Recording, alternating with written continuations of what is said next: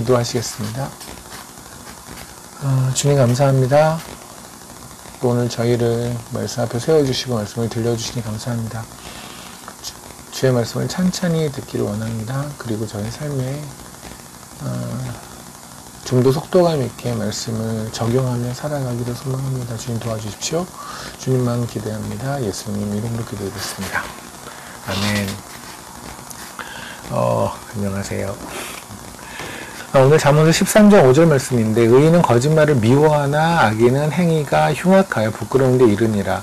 아멘. 오늘 말씀이 좀 길어질 수 있어요. 항상 길었기 때문에 뭐 특별하게 길어진다는 말에 여러분들이 놀랄 건 아니겠지만, 근데 오늘은 그거보다 조금 더 길어질 수도 있어요. 왜냐하면 우리가 오늘 10계명에서 6계명부터 10계명까지의 계명을 한번 좀 정리를 해야 될 것 같아요. 우리가 살인하지 말라 있잖아요. 살인하지 말라, 간음하지 말라, 도둑질하지 말라, 그리고 이웃에 대해서 거짓 증언하지 말아라. 그 다음에 남의 이웃의 물건을 탐하지 마라, 이 말씀 있잖아요. 6계명부터 10계명까지가 우리가 굉장히 헷갈리고 있고, 아니 헷갈린다기보다는 정확한 의미를 알지 못하는 라고 저는 생각을 하거든요. 뭐 다는 아니겠지만 어쨌든 일부라도 저도 잘 알지 못했었고, 그래서 그 말씀이 하나님이 과연 어떤 의미를 하시고 어떤 말씀을 하고 싶은지에 대해서 한번 나누면서 이제 그 계명을 나누는 이유는 오늘 거짓말에 관한 이야기이기 때문에 9계명에 보면 거짓 증언하지 말라가 돼 있잖아요. 그게 무슨 의미인가? 그래서 성경에서 하나님께서 말씀하시는 거짓말은 과연 무엇인가에 관한 이야기를 좀 하려고 해요. 사실 이 거짓말에 관한 이야기가 나오면 우리가 마음속에 부담이 있죠. 왜냐하면 우리 중에 거짓말을 안 한 사람이 어디 있어요. 그죠? 다 거짓말을 해요. 그 거짓말에 회색이라는 이름을 붙이든 아니면 중간 지대의 거짓말이라고 하든 아니면 선한 거짓말이라고 하든 간에 우리는 거짓말을 많이 하잖아요. 예를 들어서 어떤 분이 음식을 해주셨는데 음식이 끔찍하게 맛이 없는 경우도 있잖아요. 그죠? 근데 예를 들어서 제가 저한테 누가 음식을 해줬는데 그 집에 초대를 했는데 해서 음식을 먹는데 맛이 정말 맛이 없어요. 저 고모처럼 맛을 정말 음식을 맛없게 하시는 분이 있다면 제가 거기다가 솔직해야 되나요? 맛이 있다고 해요. 이렇게 말할 수는 없잖아요. 그래도 저는 분명히 이렇게 말해야 될 거. 너무 맛있어요. 어쩜 이렇게 맛있게 하셨어요? 뭐 특별한 비법이 있어요? 이렇게 막 거짓말 어쨌든 간에 해야 되지 분위기가 부드러워질 거 아니겠습니까? 근데 그러면 전 거짓말을 한 거잖아요. 어쨌든 간에. 그러면 성경에서 지금 이 거짓말을 하는 걸 무지하게 하나님은 싫어하시는데, 그렇다면 저는 어떻게 해야 되는 건가? 우리 하루에도 많은 거짓말을 해서 거짓말을 할 때마다, 그러니까 사실이 아닌 거를 얘기할 때마다 우리는 마음속에 굉장한 찔림을 갖죠. 그래서 오늘 그게 과연 성경에서 말씀하시는 그렇게 강조하시는 밑줄을 치는 거짓말 하지 말라의 본질일까? 뭐 이런 거에 관한 이야기를 좀 나눠보려고 해요. 그 이야기를 하려면 어쩔 수 없이 계명 6계명부터 10계명까지를 빠르게라도 나눠야 된다고 생각이 들어서 오늘 시간이 조금 걸리더라도 이해해 주셨으면 좋겠고요. 그런데 굉장히 도움이 되는 시간이 될 거라고 저는 믿어요. 일단 오늘 잠언서 13장 5절의 말씀에 의인은 거짓말을 미워하나 라고 돼 있죠. 악인은 행위가 흉악하여 부끄러운데 이르니라. 그러니까 하나님이 말씀하신 의인이 누군지 아시죠? 우리들 그리스도인들. 그리스도인은 거짓말을 미워한대요. 여기서 미워한다라는 거는 그냥 안 한다는 거죠. 예를 들어서 여러분이 바퀴벌레를 미워하잖아요. 그죠? 바퀴벌레를 미워한다는 얘기는 집에 바퀴벌레가 있으면 끔찍해서 소리를 지르거나 어쨌든 걔랑 동거를 하기 싫어하는 거잖아요. 그러면 거짓말을 미워한다 그러면 우리는 거짓말을 안 해야 되는 거예요. 그러니까 하나님이 말씀하시는 하나님 쪽의 정의는 뭐냐면 의인은 거짓말을 안 한다예요. 근데 이 말씀이 엄청나게 무겁게 다가오는 이유는 우리는 분명히 그리스도인이고 그리고 우리는 하나님께 구원을 받았다고 믿는데 우리의 죄가 예수 피로 씻김을 받았다고 믿는데 그럼에도 불구하고 하루에도 몇 차례씩 거짓말을 한단 말입니다. 그죠? 그게 사업상의 문제든 뭐 체면의 문제든 관계의 문제든 어쨌든 간에 거짓말을 하잖아요. 그죠? 심각한 거짓말이 아닐지언정 작은 거짓말을 하잖아요. 그죠? 그렇다면 하나님이 말씀하시는 의인의 조건에 우리는 무조건 아웃이에요. 그러니까 의인이 보여줘야 되는 삶의 삶 중에서 지금 잠언서 13장에는 뭐랬냐면 거짓말을 하면 안 된대요. 거짓말을 미워해야 된대요. 그러니까 우리가 거짓말을 미워한다고 하지만 실질적으로 거짓말 그래도 많이 하고 사는 걸 보면 거짓말을 미워한다라고 하긴 좀 그렇잖아요. 예를 들어서 난 바퀴벌레 끔찍하게 싫어요, 미워요 라고 하는데 알고 봤더니 집에 갔더니 바퀴벌레 이렇게 쓰다듬고 있고, 바퀴벌레를 침대 위에 올려놓고 이렇게, 너 이렇게 어디서도 어디서 놀고 있었어? 나 보고 싶어서 이러고 있으면, 누가 봐도 그 사람은 바퀴벌레를 싫어하는 사람이 아니잖아요. 우리는 거짓말을 미워한다고 한다면 거짓말을 안 해야 되고 끔찍해야 되는데, 우리는 실질적으로 거짓말을 입에 달고 산단 말입니다. 그렇다면 우리는 거짓말을 미워한다라고 말할 수가 없잖아요. 그죠? 그럼 이상하죠. 이 말씀은 굉장히 무거운 말씀이에요. 의인은, 그리스도인은, 구원받은 자는 거짓말을 미워하고 안 해야 되는데, 우리는 삶에서 거짓말을 무지하게 많이 한다. 그럼 일단은 우리는 그렇다면 구원받은 자가 아닌가? 라는 궁극적인 질문이 생긴단 말입니다. 그죠? 오케이, 어쨌든 그렇습니다. 그렇게 하나님께서 말씀하셨어요. 의인은 거짓말을 미워하는 거야. 미워해야 돼. 거짓말 안 하는 거야. 그런데 악인은, 하나님께 구원을 받지 않은 악인은 행위가 흉악하여 부끄러운데 이르니라. 이때 행위가 흉악하여 부끄러운데 이르니라는 말은 사실 위에 있는 거랑 정확한 대칭을 이루진 않죠. 위에는 거짓말을 안 한다라고 돼 있고, 밑에는 갑자기 거짓말을 한다 이렇게 나오지 않고 행위가 흉악하다고 나왔으니까 대칭이 정확하게 되지는 않아요. 근데 이거를 킹제임스 버전이, 제가 지금 읽은 건, 우리가 오늘 읽은 건 개역개정이죠. 우리가 지금 쓰고 있는 성경. 근데 킹제임스 흥정역에는 어떻게 나왔냐면, 사악한 자는, 그러니까 의인은 거짓말을 미워하나, 악인은 행위가 흉악하여 부끄러운데 이르니라는 말을, 사악한 자는, 악인 대신에 사악한 자는 역겨우며 수치에 이르니라 라고 돼 있어요. 킹제임스 버전에는. 공동번역은 좀 약간, 어떤 분은 공동번역이 굉장히 히브리어 원어에 굉장히 충실하다라고 얘기를 하는데, 그것도 저는 특별하게 반론을 하진 않지만, 좀 해석이 매우 투박스러운 건 맞아요. 굉장히, 투박스러워요. 공동번역은. 그건 뭐냐면, 죄인은 못된 짓을, 하다가 쓰러진다. 이렇게 좀 공동번역은 나왔어요. 그러면, 여기서 말하는, 역겨운 행동. 그러니까 위에서 보면은요, 개역개정에서 말하는 행위가 그러니까 흉악한 행위. 그리고 킹제임스 버전에서 말하는 역겨운 행위, 그리고 공동번역에서 말하는 못된 짓, 이것을 위에 있는 첫 번째 말씀하고 같이 부딪히려면 이건 전부 다 뭐냐면 거짓말을 하는 게 돼야 돼요. 그죠? 그렇잖아요. 그래야 말이 되잖아요.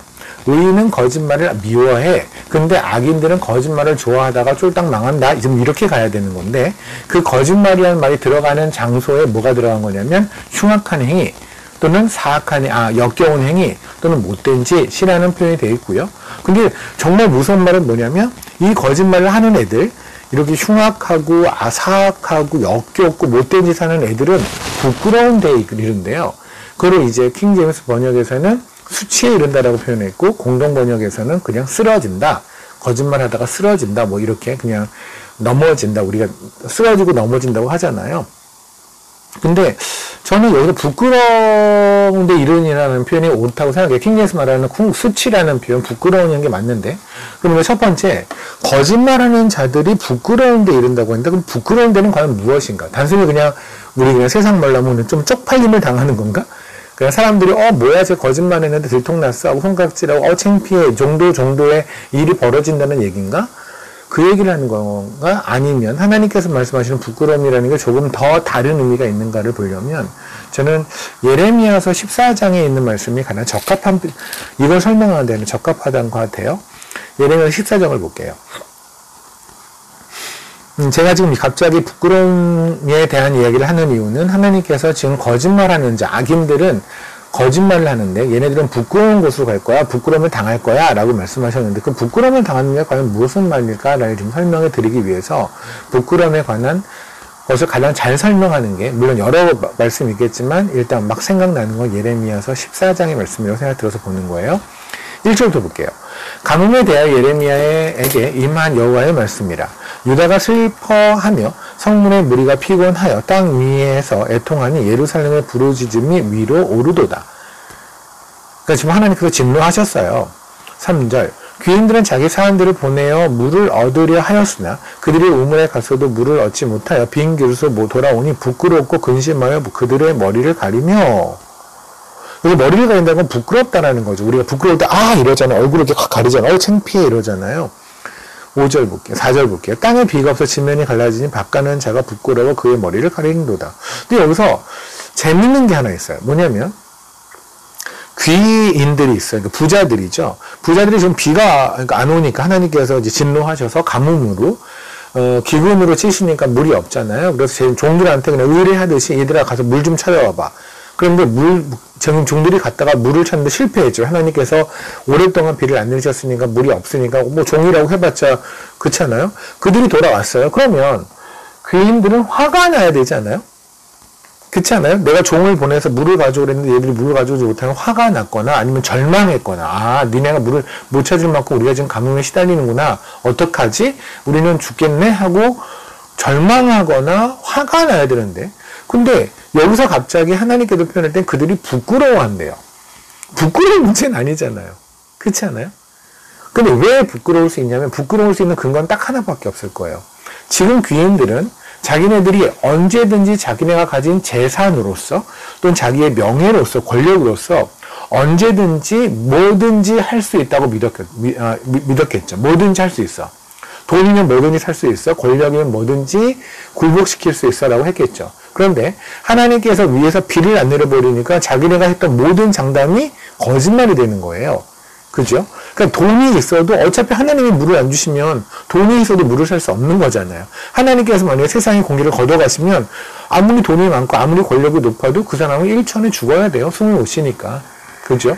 지금 우리 왜 코로나를 보는 거 있잖아요. 세상에서 아무리 멋있는 남자도 아무리 멋있는 여자도 세상의 모든 걸 가졌던 사람들도 어차피 마스크 요만한 거 하나 쓰고 해 있어야 살아남는다라는 거. 인간은 딱 그 정도라는 걸 하나님 보여주셨잖아요. 그죠? 그러니까 아무리 돈이 많아도 코로나에 걸리고 아니면 뭐 기타 등의 병에 걸려서 그냥 쓰러져서 그냥 만약에 더 심각한 상황에 이른다면 속절없이 그 길로 가야 될 수밖에 없는 거죠. 그러니까 귀인들은 지금 여태까지 이런 말을 했을 거예요. 내가 가지고 있는 재산이면 모든 걸 할 수 있어. 라고 사람들한테 말을 했을 텐데 그런데 그러지 못한 상황에 봉착하고 나니 너무 창피했겠죠. 자기네들의 모든 주장이 틀렸다라는 거에 대해서 창피했겠죠. 이게 언제 일어날까요? 세상에서 하나님을 부인하는 자들은 하나님이 없다고 하는 자들은 자기네가 지금 가진 것들 자기네가 추구하는 것으로 자기의 온전한 행복을 줄 거라고 믿고 살잖아요. 그죠? 그런데 나중에 주님이 오시고 나면 그러면 여태까지 그들의 모든 주장이 틀렸음을 알게 되겠죠. 그러면 그들은 철저한 부끄러움으로 가게 되겠죠. 그렇잖아요. 그러니까 이런 겁니다. 아담과 하가 죄를 짓고 나서 무화과 나무 잎으로 옷을 만들어서 가렸어요. 그런데 그들은 무화과 나무 잎으로 가진 옷을 가지고 자기네들이 충분히 가려질 수 있다고 생각했어요. 그걸로 자기네들은 멋있게 보일 수 있다고 생각했어요. 마치 명품으로 몸을 두르면 세상에서 인정하는 스펙으로 몸을 두르면 세상에서 인정하는 무엇으로 몸을 두르면 그러면 자기가 굉장히 괜찮아 보일 것처럼 생각한 것처럼 그들은 무화과 나무 잎으로 몸을 두르는 순간에 자기가 하나님처럼 높아질 수 있다고 믿었거든요. 그런데 하나님은 어떻게 보여주냐면 그리스도의 옷을 입지 않으면 그들은 끝끝내 부끄러움을 당할 수밖에 없다는 걸 보여주시죠. 마태복음을 잠깐 보시면 여러분도 잘 아시는 거고 저도 여러 번에 걸쳐서 나눴던 말씀입니다. 마태복음 22장을 보면은요.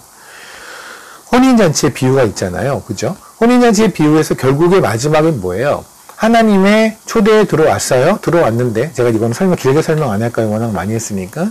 그런데 거기에 보면 이 12절에 이르되 친구 여자의 예복을 입지 아니하고 여기 들어왔니? 하고 그가 아무 말도 못하거든 임금이 사람들에게 말해서 그 손발을 묶어 다 던져버리려고 했잖아요. 그죠?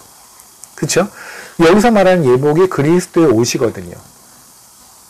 왜냐하면 여기서 말하는 게 왜 그러냐면 지금 길에 있는 사람들을 들여보내라고 그랬잖아요. 맞죠? 그러니까 원래 초대받았던 사람들 안 오니까 하나님께서 임금이 너 길에 있는 사람들 아무나 데리고 와라고 했단 말이에요. 근데 길에 있는 사람이 데리고 들어왔는데 그들이 그 중에 예복을 입지 않았다고 그래서 쫓아낸다고 그러면 억울하죠. 왜냐면 길에 있는 사람이 어떻게 예복을 갖고 다니겠어요. 여러분 길에 있는데 갑자기 누가 초대했다고 그래서 나는 항상 그 초대한 이브닝 드레스가 아니면 파티 드레스가 나 항상 입고 다니는 그런 사람 없잖아요. 느닷없이 그냥 길 가다가 잡혀 들어왔는데 어떻게 예복이 있어요? 근데 예복이 없다라고 지금 내쫓았단 말입니다. 성경에는. 그럼 이 얘기가 맞으려면 딱 하나의 조건이 있어야 돼요. 이 예복을 그 잔치 입구에서 나눠줘야 돼요. 맞죠? 그들이 준비한 예복이 아니라 단 잔치하는 잔치장 입구에서 그들에게 올 때 마치 우리가 티셔츠 나눠주는 것처럼 이름표를 붙여주는 것처럼 뭐 결혼식장 가면 이렇게 스티커 이렇게 하나씩 주잖아요. 밥 먹으라고. 그런 것처럼 예복이를 이렇게 나눠줘서 그걸 입게 갈아입게 했을 때 이 말씀이 성립이 되죠. 그러니까 이 결혼식장에 들어왔는데 전부 다 예복을 입고 들어와야 돼요. 그냥 입구에서 나눠줄 거니까 예복을. 근데 어떤 사람이 들어와 있는데 예복을 입지 않고 있단 말입니다. 그럼 이 예복은 뭐예요? 본인이 준비한 것이 아니라 하나님의 진노를 피하기 위해서, 하나님의 심판을 피하기 위해서 하나님 쪽에서 나눠주신 예복. 이 예복이 있으면 하나님의 진노가 피해지는 거고, 이 예복이 없으면 하나님의 진노를 받아야 된다는 얘기잖아요. 그 예복을 갈라디아서에서 뭐랬냐면 그리스도의 옷이라고 했거든요. 그걸 창세기에서는 죄를 지은 아담과 하와에게 가죽을 죽여서 가죽 옷을 입혔다라고 했던 게 바로 이거잖아요. 그죠? 그러니까 그리스도의 옷을 입은 자는, 이 땅에서 그리스도의 옷을 입은 자는 세상에서는 부끄러움을 당할 수 있어요. 너 지금 뭐야? 네 인생 뭐니? 뭐가 있어? 너 나한테 한번 자랑할 걸 말해봐. 너 뭐 갖고 사니? 아무것도 없잖아. 라고 얘기할 수 있겠죠, 사람들이. 그죠? 충분히 그렇게 말할 거예요, 사람들은. 그래서 우리는 그들이 가지고 있는 어떤 스펙, 그들이 가지고 있는 아우라, 그거에 우리는 늘 압도당하기도 하고 부끄럽기도 하고 그들을 부러워하기도 하고 그런 마음이 들겠죠. 그런데 물론 우리는 그래야 되지 않겠지만, 근데 어쨌든 뭐 우리도 사람인지라. 근데 어느 순간에 대해서 하나님을 만났을 때, 그때 우리는 알 겁니다. 그들이 가지고 있는 무화과 나무잎이라는 것은 그들을 절대 보호하지 못함을, 그들이 가지고 있는 스펙이라고 했던, 그들이 가지고 있는 방패라고 했던 그 모든 것들은 아무것도 아님을, 우리의 노력이 아니라 하나님 쪽의 노력으로 우리가 입은 그리스도의 옷만이 하나님의 진노를 피하며 그리고 하나님의 사랑을 받으며 영원한 영생으로 이끌 거라는 걸 우리는 알고 있죠. 그죠? 그때 사람들이 이럴 거예요. 그때 가서 여태까지 얼마나 세상에서 최고의 석학이라는 사람들이, 세계에서 가장 똑똑한 사람들이 하나님 없다라고 그렇게 소리를 질렀나요? 그리고 하나님 없다라는 말은 안 했지만 하나님이 있는 존재 자체를 그냥 삶으로 무시하고 산 사람들이 너무나 많잖아요. 그죠? 자기네가 가진 돈이 다인 것처럼 하고 생산한 사람 많잖아요. 그런데 나중에 가서 그 돈이 물을 사지 못하는 것처럼 가뭄 때 돈이 자기의 구원을 살 수 없다라는 것을 깨닫게 되는 그 순간에 그들은 철저하게 부끄러워질 거예요. 맞죠? 그게 예레미야 14장에서 귀인들이 종들을 보내서 물을 구해라. 근데 물을 구해주지 못했더니 부끄러워서 머리를 가렸다라는 의미겠죠. 그러니까 성경에서 말하는 부끄러움이라는 건 단순히 우리가 돈이 없어서 좀 부끄럽고, 내지는 굉장히 잘 나가는 친구 앞에서 난 그냥 좀 오늘 좀 그랬어, 뭐 이런 식의 부끄러움이 아니란 말입니다. 그냥 뭔가 내가 잘못한 게 들통나서 그냥 당하는 수모나 수치 정도의 얘기가 아니란 말. 이거는 우리가 나중에 주를 만났을 때, 그때 우리가 영원히 받는 수치, 내지는 영원히 피하는 수치를 지금 말씀하고 있는 거거든요. 그게 부끄러움이에요. 그래서 여호수아에서 그러잖아요. 우리가 애굽의 수치가 떠내려갔다고 얘기를 하잖아요. 애굽의 수치가 떠내려갔다는 게 무슨 말이에요? 이제 우리가 애굽에서 종로를 타고 살았던 모든, 하나님에게 받아야 되는 모든 수치들을 이제 그냥 떠나려갔다. 우리는 이제 그런 수치에서 벗어난 자유한 사람이 됐다는 거죠. 그죠? 정말 여러분, 세상에서요, 많은 걸 가진 사람들 앞에서 부끄러워하지 마세요. 그들을 부러워할 필요도 없어요. 우리는 이 땅에서 열심히 살아야 돼요. 여러분이 가지고 있는 뭐 직장 내지는 뭐 사업체에서 열심히 일하세요. 열심히 일해서 돈 많이 버시면, 하나님 돈 주시면 그거 가지고 교회 헌금도 많이 하시고 선교도 하고 구제도 하시고 많이 하세요. 하나님 일 많이 하세요. 그런데 열심히 일을 해도 내가 내 수중에 돈이 없을 수 있잖아요. 그죠? 그거 가지고 부끄러워하지 마세요. 제가 지난번에 말을 했지만, 우리가 하나님을 예배하고 찬양하는데 드는 돈이 얼마일까요? 얼마가 있으면 여러분 하나님께 찬양할 수 있어요? 얼마면 하나님께 찬양하실래요? 우리가 하나님에게 찬양하는 데 필요한 건 예수 그리스도밖에 없어요. 예수 그리스도 우리 삶에 있으면 우리는 예배자가 되기에 충분 조건이 갖춰진 거예요. 더 이상의 조건은 없어요. 그러니까 내가 지금 돈이 없어서, 내가 몸이 아파서, 기타 등등의 핑계로 나는 오늘 예배자가 되지 못한다는 건 그냥 핑계예요. 말 같지도 않은 핑계예요. 내 삶에 예수 그리스도가 있고 내가 예수 그리스도로 인해서 구원을 받았다면 나는 오늘 예배자가 되게 너무나 충분한 근거가 있고 이유가 있고 조건이 갖춰진 거란 말입니다. 그죠? 우리는 세상에서 부끄러움을 느끼지 마세요. 그들이 아무리 우리에게 부끄러움을 주려고 하더라도 거기 앞에서 부끄러워하지 마세요. 그런 거잖아요. 간단히 말하면 여러분 혹시 귀신의 집 뭐 이런 거 아세요? 그러니까 귀신이 아니라 귀신의 집 이런 거 있죠. 놀이공원 가면은 가서 이러면 으악하고 놀이고 뭐 이런 거 있잖아요. 거기서 그들을 가장 무한하게 하는 방법이 뭐예요? 옆에서 있다가 그랬는데 잠깐만요. 비켜봐요. 이러면 그 놀래게 하는 아르바이트 하는 사람이 얼마나 부끄러울까요? 그런 거예요. 세상에서 우리를 두려워라, 너. 부끄럽지? 하고 이만한 사이즈 걸 갖고, 이거 부끄럽지? 너 이거 없으니까 부끄럽지? 하고 놀리는데, 아, 잠깐 비켜봐요. 이랬을 때 그들은 엄청난 수치를 느낄 거예요. 세상에 부끄럽게 만드세요. 예수가 없는 자들이 예수 있는 자들을 부끄럽게 하려고 하는 그거를 그냥 무시함으로 그것이 아무것도 아니라는 거를 그들의 존재를 인정하지 않음으로 그들을 부끄럽게 만드세요. 그게 바로 예수를 자랑하는 거예요. 쟤들은 뭐가 있길래 저러지? 라고 하는 거. 어쨌든 이것만 가지고도 설교를 길게 해야 되지만 우리가 오늘 갈 길이 멀기 때문에 그렇게 오래 할 수는 없습니다. 어쨌든 그러면 다시 잠언서 13장 5절로 가면은요. 악인은 거짓말을 하는데요. 행위가 흉악하여 다시 말하면 거짓말을 한다라는 걸 이렇게 표현했다고 그랬잖아요. 지금 이 문장에서는. 근데 거짓말하는 악인은 어떻게 할 거냐면 부끄러움을 당하게 될 거라고요. 그게 뭐예요? 끝내 가서 영벌로 간다는 거죠. 예복을 입지 않았기 때문에 그들은 가서 이를 갈리라. 창피해서 화가 나서 이를 갈리라. 그 부끄러운 데 간다니. 그러면 이 얘기는 더 무서워지는 거예요, 지금. 거짓말 하지 말라 정도 수준이 아니라 거짓말을 하는 악인은 거짓말하는 게 그들의 특징인데 그 의인은 거짓말 안 하는 게 특징인데 거짓말하는 악인들은 지옥에 간대요. 그래 우리가 어차피 구원을 받았으니까 그죠? 우리는 그렇게 믿으니까 그리고 그런 믿음을 하나님 주셨으니까 그럼 구원받은 자는 오늘 거짓말을 한다고 해서 내 구원이 취소되지 않는다는 걸 우리는 알아요.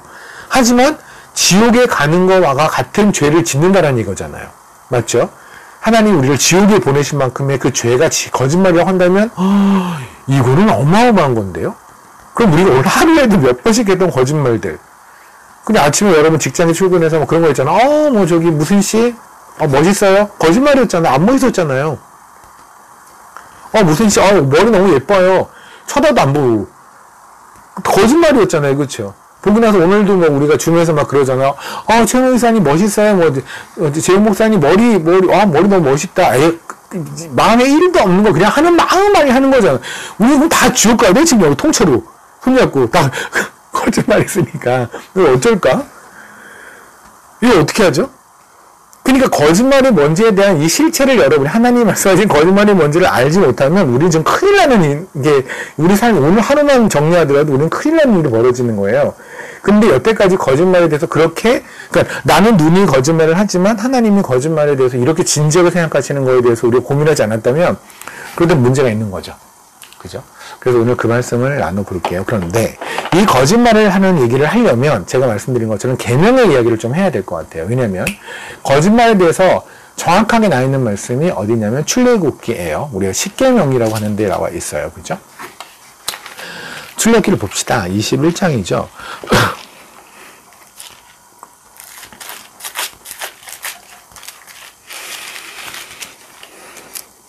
출애굽기 21장에 보면은 20장인데 죄송합니다. 출애굽기 20장에 보면은 16절입니다.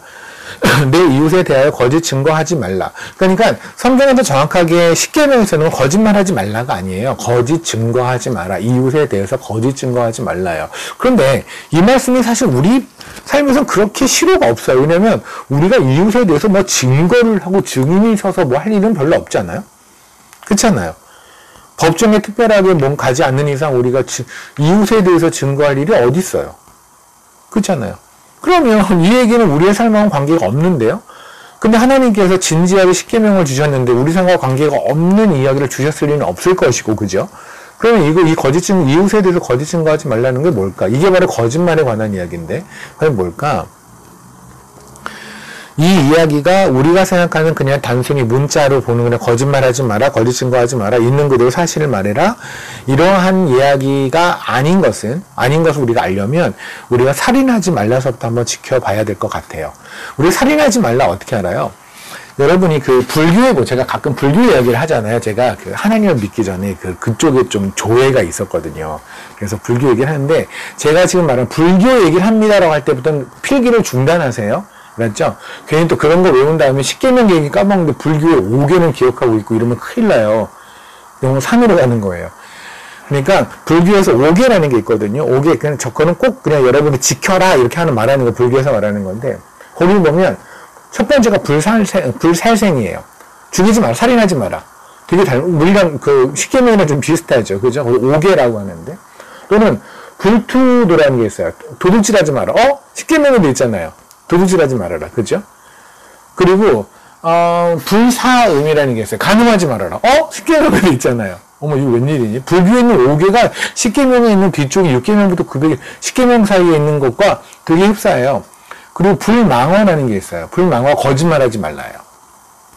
그 다음에 하나 있는 게 불음주인데, 그거는 술 먹지 마라. 근데 술을 먹지 말라보다는 술에 먹어서 엄청 취해서 비틀비틀거리지 마라. 이런 의미예요. 그러니까 불음주라는 걸 빼면은요. 그러면 나머지는 우리가 10계명 중에서 6계명에서부터 10계명 사이에 있는 5개의 계명에 4개가 속해요.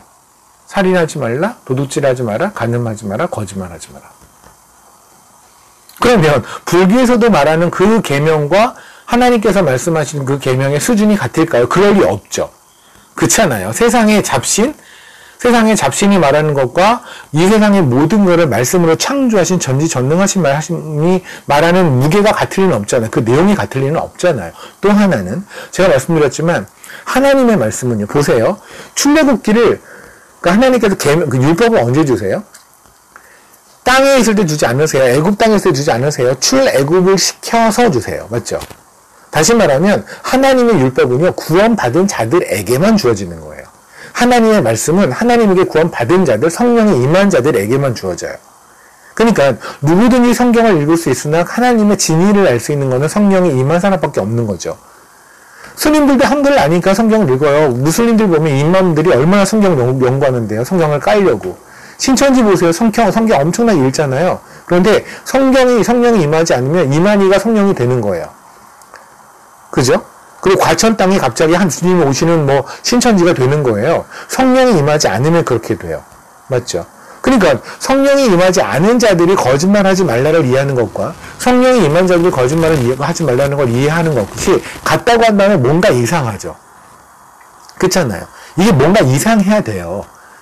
그러니까 스님들이 말하는 살생하지 말아라, 간음하지 말아라, 도둑질하지 말아라, 거짓말하지 말아와 하나님이 임한 성도들이 말하는 그리스도인들이 말하는 이 내용들과 내용이 같을 리는 없단 말입니다. 일단 출발은 거기서부터 출발을 해야 돼요. 그러니까 이 정도까지는 우리가 다 같이 생각하는데 그 안에 있는 깊이까지 보는 것은 볼 수도 있고 안 볼 수도 있겠지만 그죠? 그런데 최소한 그들이 말하는 이것과 우리가 말하는 이것, 하나님이 말하는 이것과 부처가 말하는 이것은 최소한 근본이 다르다. 라는 그 정도까지는 우리가 고민을 해야 된다는 얘기죠. 그죠? 볼게요. 그러면 살인하지 말라에 대한 거를 구체적으로 가장 적나라하게 이것이 어떤 의미인지를 설명은 어디 있을까요? 간단하죠. 이거를 말씀하신 분이 하나님이잖아요. 그 하나님이 이 땅에 내려오셔서 예수님이 이 땅에 오셔서 직접 살인하지 말라에 대해서 가르치는 부분이 있다면 그러면 참고서잖아요. 그 주석이죠. 그러니까 살인하지 말라고 하는 출애굽기나 신명기에 있는 이 10계명에 있는 내용이 그냥 하나의 이슈라고 한다면 우리가 이거에 대한 참고서 이 참고서가 어디에 있는 거냐면 주님이 이 땅에 오셔서 설명한 부분이 있다면 이거는 그냥 주석서가 되는 거잖아요. 그게 바로 산상수훈에 있어요. 마태복음 5장을 볼게요. 제가 미리 말씀드렸지만 오늘은 계명의 얘기를 하기 때문에 제가 좀 속도를 내더라도 시간이 좀 걸릴 수는 있어요. 하지만 굉장히 유익한 시간이 될 거라는 확신이 있습니다. 여러분 잘 들어보시면 보세요. 마태복음 5장에를 보면 1절서부터 우리가 잘 알고 있는 팔복이라는 게 나오죠. 그죠? 팔복에 복 있는 사람 이러고 나옵니다.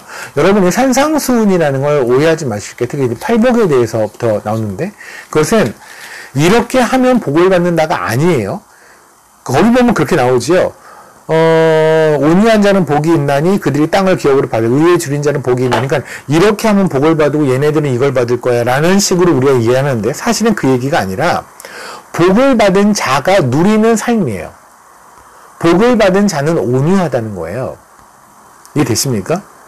그러니까 이 땅의 걸 이미 기업으로 받은 복을 받은 자 하나님이 주신 땅을 기업으로 받은 자 천국이란 땅을 기업으로 받은 자들은 이 땅에서 어떻게 사는 거냐면 하면서 이 땅에서 그리스도인이 가야 되는 삶의 양식을 구체적으로 말씀하신 게 산상수훈이에요.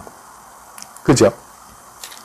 거기에 보면, 그러니까 이 얘기는 뭐냐면, 하늘 용어예요. 우리가 알고 있는 복의 개념이 아니라 하나님이 말씀하신 하늘 개념에서의 복은 뭐냐면, 이런 식의 설명이라고 생각하시면 돼요. 거기에 보면, 21절에, 소제목이 잘못 나와 있어요. 사실, 노하지 말라가 아니에요. 왜냐하면, 이게 노하지 말라가 21절 나왔죠. 옛사람에게 말하면 살인하지 말라. 누구들이 살인하면 심판을 받게 되라. 그럼 뭐예요? 주님이 말씀하신 이슈는 살인에 관한 이야기를 하겠다는 거죠. 물론 그 안에 들어간 내용은 노하지 말라는 내용이 여러 차례 걸쳐서 있긴 하지만 주님이 말씀하시고 싶은 이슈는 살인하지 말라요. 그러니까 21절에 나오잖아요. 네가 옛날에 살인하지 말라고 했던 계명 기억나지? 누가 주신 건데요? 내가 줬다는 거예요. 내가 그때 줬어. 그렇잖아. 내가 준 그 계명을 근데 니네들이 오해하더라. 그러니까 내가 살인하지 말라가 뭔지를 주석을 내가 달아줄게. 참고서를 줄 거야. 내가 살인하지 뭔지 설명을 해줄게. 너희는 보통 살인하지 말라는 거 어떻게 이해했냐면 그냥 누구의 목을 딱 끊는 거, 생명을 끊는 거, 그런 걸 살인하지 말라라고 했잖아. 그렇기 때문에 니네는 이렇게도 말했잖아. 살인하지 말라라는 계명을 무지하게 어긴 자가 다윗이잖아요. 그렇게 많은 사람을 죽였잖아요. 사울은 천천히요, 다윗은 만만이래요. 액면 그대로 받아들이면 다윗은 죽인 사람이 10,000명이에요. 살인도 그런 살인이 어디 있어요. 그죠? 그래서 우리가 크리스찬들이 그런 얘기를 하잖아요. 누군가가 만약에 총으로 나를 쏜다고 한다면 나는 거기에 대응해서 쏴야 되나 말아야 되나. 그죠? 그래서 여호와 증인 같은 경우에는 총을 들어서 안 듣는 거예요. 애초에 난 살인할 의도가 없다는 걸 보여주기 위해서. 그래서 군대 가면 총 안 들으니까 총을 안 들으면 어떻게 돼요? 가자마자 영창 가야 되는 거잖아요. 그래서 요새는 뭐 종교적 양심? 뭐 이런 얘기를 해서 군대가 안 가고 뭐 이런 얘기까지 있었는데 제가 예전에 군대에 있을 때 제가 헌병이었거든요. 헌병 그러면 헌병 초소에는 감옥이 있어요. 그래서 감옥에 와서 이제 잘못한 애들이 와서 거기 사는데 그 중에 굉장히 많은 애들이 여호와 증인이었어요. 근데 그때까지는 제가 여호와 증인이 뭐 하는 물건들인지 몰랐죠. 근데 어쨌든 그들은 총을 안 듣는 거예요. 그래서 왔었거든요. 근데 왜냐면 살인하지 말라. 그러니까 난 살인하지 않을 거니까 총을 어차피 난 필요 없어. 총을 들면 내가 살인할 수도 있잖아. 근데 총을 안 들으면 살인 안 할 거잖아. 그러니까 난 안 들을 거야. 이런 얘기거든요. 그러니까 글자 그대로 받아들이는 거죠.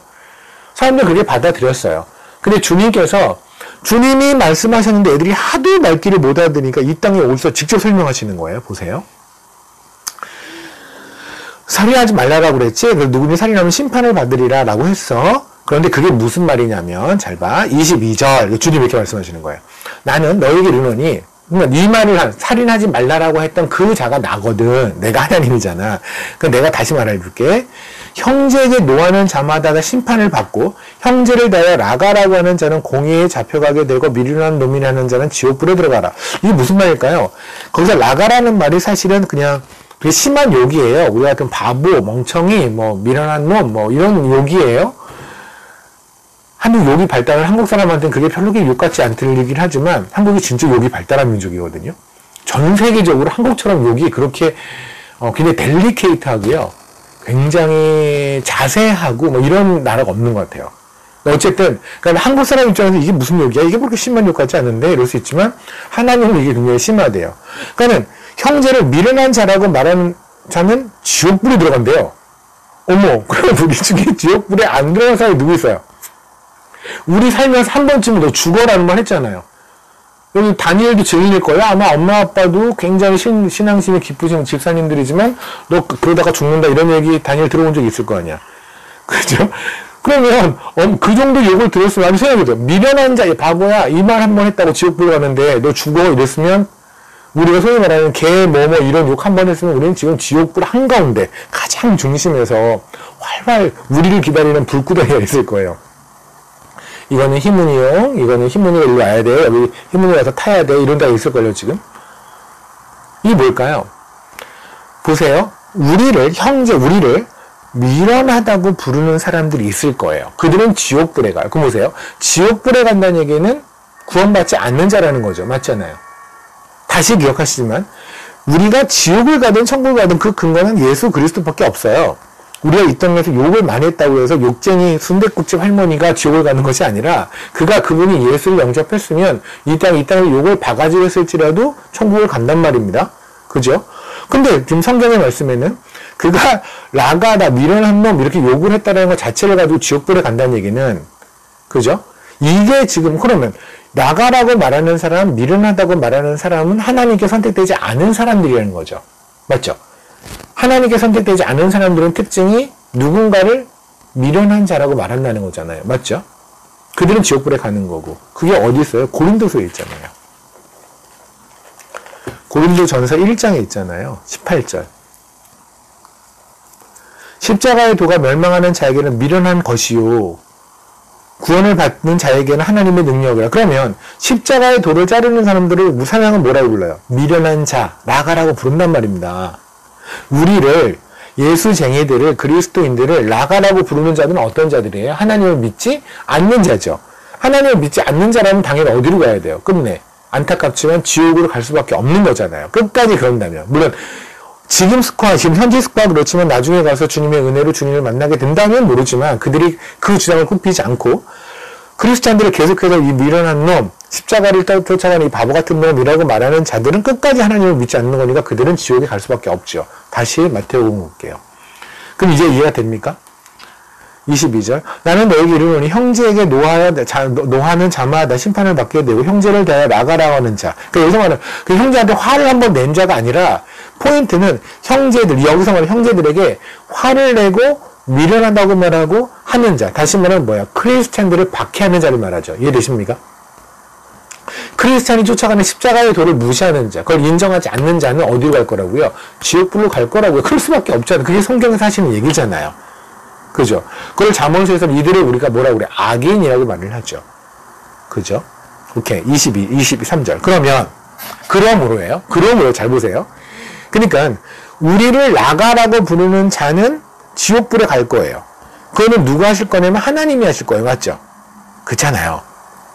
그러므로, 하나님이 그들을 지옥으로 보내실 거예요. 그러므로, 우리는 뭐를 했냐면 예물을 제단에 드리려다가 거기서 내 형제에게 원망을 받을 만한 있는 것이 생각나면 이게 잘못해서 해석이에요. 이게 개혁개정이 틀렸는데 이거를 원망을 받을 만한 일이 있다라는 걸로 해석해버리니까 갑자기 우리가 뭔가 내가 잘못한 게 있으면 가서 미안해 라고 얘기를 해요. 그래서 예배하러 가다가 그런 거 있잖아요. 아, 내가 걔한테 잘못한 게 있는데 그 일마음으로 예배하면 안 되겠지. 그래서 예배하는 길에 뭐 카톡으로 전화해서 미안해. 내가 그거는 깨끗하게 일단 그거는 좀 털고 예배 가야지라는 마음을 우리가 생각하잖아요. 물론 그래야죠. 그렇게 하셔야 돼요. 근데 이 말씀은 그 말씀이 아니에요. 왜냐면 성경의 해석을 잘못했어요. 이 해석을 킹제임스 버전이 옳게 했는데 지금 개혁개정을 하면서 잘못된 게 뭐냐면 이게 영어로 보면 간단해요. 영어로 보면은 23절에 보면 이렇게 나와요. 만약에 그러니까 your brother has something against you. 너의 형제가 너를 대적해서 뭔가 있다면 그러니까 결국 내가 그에게 원망을 살 일을 했다라는 그런 식의 해석은 없고요. 너의 형제가 여전히 너를 미워해. 너를 싫어해. 너에 대해서 뭔가 대적하는 마음이 있어. 그래서 킹제임스 버전에서 이렇게 나왔어요. 네 형제가 너를 대적하는 일이 있다면. 그냥 그대로 해석 그대로 나오는데 이거를 개혁개정은 너무 의역 가다 보니까 해석을 잘못해서 너희가 누구에게 원망을 살 만한 일을 했다면 이렇게 됐더라고요. 근데 그게 아니에요. 다시 얘기할게요. 22절이 뭐냐면 사람들이 크리스찬들을 미워해요. 박해해요. 우리를 미련한 자, 십자가를 쫓아가는 자를 바보라고 해요. 그런 자들을 끝까지 그러면 그들은 지옥불에 갈 거예요. 그죠? 그게 성경이잖아요. 그러므로 너희에게 뭔가 대적하는 마음을 가진 자. 아까 있는 22절에 그 사람들이죠. 맞나요?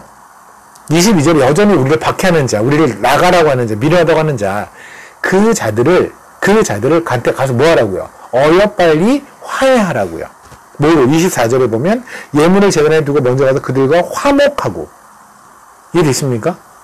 화목하라고요. 근데 화목할 수 있는 유일한 근거는 뭐예요? 여러분 가서 지금 미안해 라고 하는 건가요? 지금 문맥에 보면 내가 그한테 뭘 잘못한 게 없어요. 그가 나한테 뭔가 지금 열이 받아 있는 거예요. 그러니까 어쨌든 간에 내가 잘못했든 그가 잘못했든 가서 무조건 미안하다라고 해서 일단 털라는 얘기예요. 관계 좋게 하라는 얘기예요. 성경은 그런 얘기가 아니에요. 산상수훈이 그 정도 수준의 그 정도의 무게감의 이야기가 아니거든요. 보세요. 로마서를 잠깐 보세요. 로마서 3장에 보면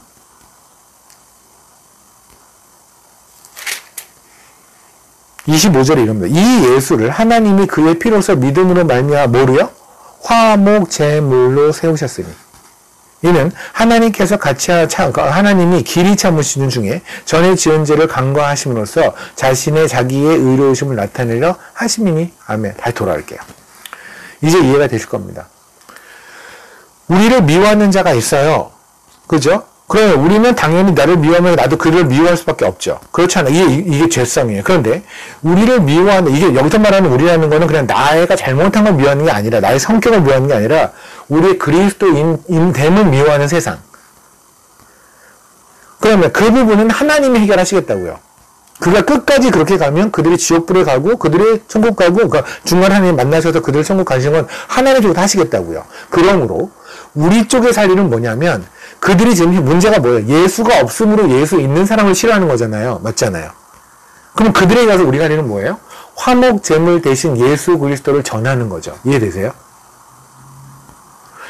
화목 제물 대신 예수 그리스도의 마음으로 그들을 용서하고 그들을 사랑하고 그 삶으로 우리는 보여주고 또 말씀으로 전함으로써 그들이 끝끝내 하나님 앞에 굴복하고 돌아올 수 있는 가능성을 우리는 주는 거죠. 물론 그 일을 하실 분은 하나님이시죠. 이해되십니까? 그럼 전체 맥은 뭐예요? 그걸 하지 않으면 어떻게 돼요? 잘 보세요. 만약에 어떤 사람은 우리는 예수가 생명이라고 고백하는 사람들입니다. 아멘. 그러면 예수가 생명이에요. 누군가가 저희를 예수가 생명인 우리들을 박해해요. 그 얘기는 그 사람은 생명이 없는 거죠. 맞잖아요. 그러면 여러분이 길을 가다가 누군가가 호흡을 못해서 막 쓰러져서 헐떡헐떡거리고 있으면 어떻게 하실래요? 더러워. 무서워.로 지나가실래요? 최소한 여기 그럴 사람 없잖아요. 가서 무슨 일이에요 하다가 갑자기 119를 불러도 뭘 도와줄 거 아니겠습니까? 그렇잖아요. 그러면 우리가 예수가 있다라고 박해하는 사람들은 그들은 생명이 없는 사람들이에요. 그럼 그들에게 우리가 할 수 있는 건 뭐예요? 생명을 주는 거죠. 그들은 죽어있는 거잖아요. 그러니까 그들을 미워하는 대신에 우리가 해야 될 일은 뭐냐면 그들에게 생명을 주는 일. 화목 제물 대신 예수 그리스도를 주고, 예수 그리스도를 준다는 건 뭐예요? 주님에게 용서받은 것처럼 그들을 용서하고, 우리한테 무슨 짓을 했다. 주님이 우리를 사랑하신 것처럼 그들을 사랑하는 거겠죠. 이해되십니까? 이거 안 하면 뭐가 되는 거예요? 죽어가는 사람 옆으로 지나가면 뭐예요? 살인 방조, 그런 살인이에요. 그죠? 그렇잖아요. 살인이잖아요. 죽는 걸 냅뒀으니까. 제가 한번 얘기했던 건데, 제가 옛날에 제가 수영을 해서 임명의료 자격증이 있는데, 임명의료 자격증이 있는 사람들은요, 사람이 강 같은 데나 이런 데 빠졌는데, 그거를 지켜보고 있으면 나중에 와서, 그게 뭐더라? 살인방조죄, 뭐 이런 거예요. 그 사람이 죽는 걸 내버려둔. 그러니까 나는 그를 구해줄 수 있는데 내가 안 구해준. 이런 일이 돼요. 한 것처럼, 내가 지금 죽어가는 사람 옆으로 지나가는 게 바로 뭐예요? 그 사람 죽인 거잖아요. 맞죠? 난 살릴 수 있는데. 그게 하나님 쪽에서는 살인이라고요. 이게 지금 살인에 관한 이야기예요. 이해되십니까? 그러니까 내가 너한테 살인하지 말라고 그랬잖아. 근데 니네는 살인하지 말라 했더니 이 땅에서 그냥 사람 하나 죽이고 이런 걸 살인이라고 생각하는데 그게 아니야. 하나님은 영원하신 분이에요. 하나님한테 있어서 생명은 영원한 생명과 영원한 죽음이에요. 이 땅에서 잠깐 살고 죽고 하는 건 하나님 쪽에서는 그렇게 의미가 있는 게 아니에요. 이해되십니까? 그러니까 하나님한테 말하는 살인은 뭐냐면 영원한 죽음으로 가는 것. 하나님에게 있어서 생명을 주는 건 영원한 생명으로 가는 것. 지금 이 얘기라고요. 우리를 예수가 없어서 예수 제기를 박해하는 사람들에게 예수를 주지 않는 행위. 물론 그들한테 예수를 그들이 받고 안 받고 그들이 하나를 믿고 안 받고 하나님 쪽으로 하실 일이지만 최소한 예수가 생명을 인정하는 자들이라면 그들에게 생명을 주려고 애써야겠죠. 화목제물 대신 예수 그리스도를 주려고 애써야 되겠죠. 그거 하지 않는 게 살인이란 말입니다. 그렇다고 우리는 참 오늘도 많은 살인을 저지르고 했네요. 그죠? 이게 하나님이 말씀하신 살인이에요. 그게 계명이에요. 그러니까 10계명에서 말씀 6계명의 살인은 우리가 말하는 그냥 살인하지 말라고 하거든 절에서 말하는 것 같은, 내지는 이슬람에서 말하는 것 같은, 내지는 종교를 떠나서 그냥 일반인 법에도 말하는 그러한 정도 수준의 얘기가 아니란 말입니다. 근데 기억하실 건 물론 살인하지 말라는 육체적인 살인을 하지 말라도 물론 포함이 되죠. 당연히 포함되는데 그 정도 수준이 아니라 그보다 훨씬 더. 왜 그런 거예요? 같거나 큰 이런 거 표현 아세요?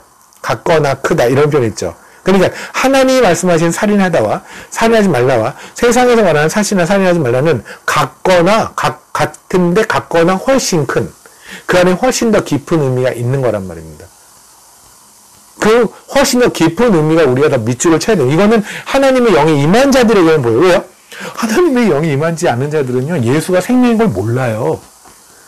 예수를 전하지 않는 것이 왜 살인인지 도저히 납득이 안 돼요. 그렇잖아요.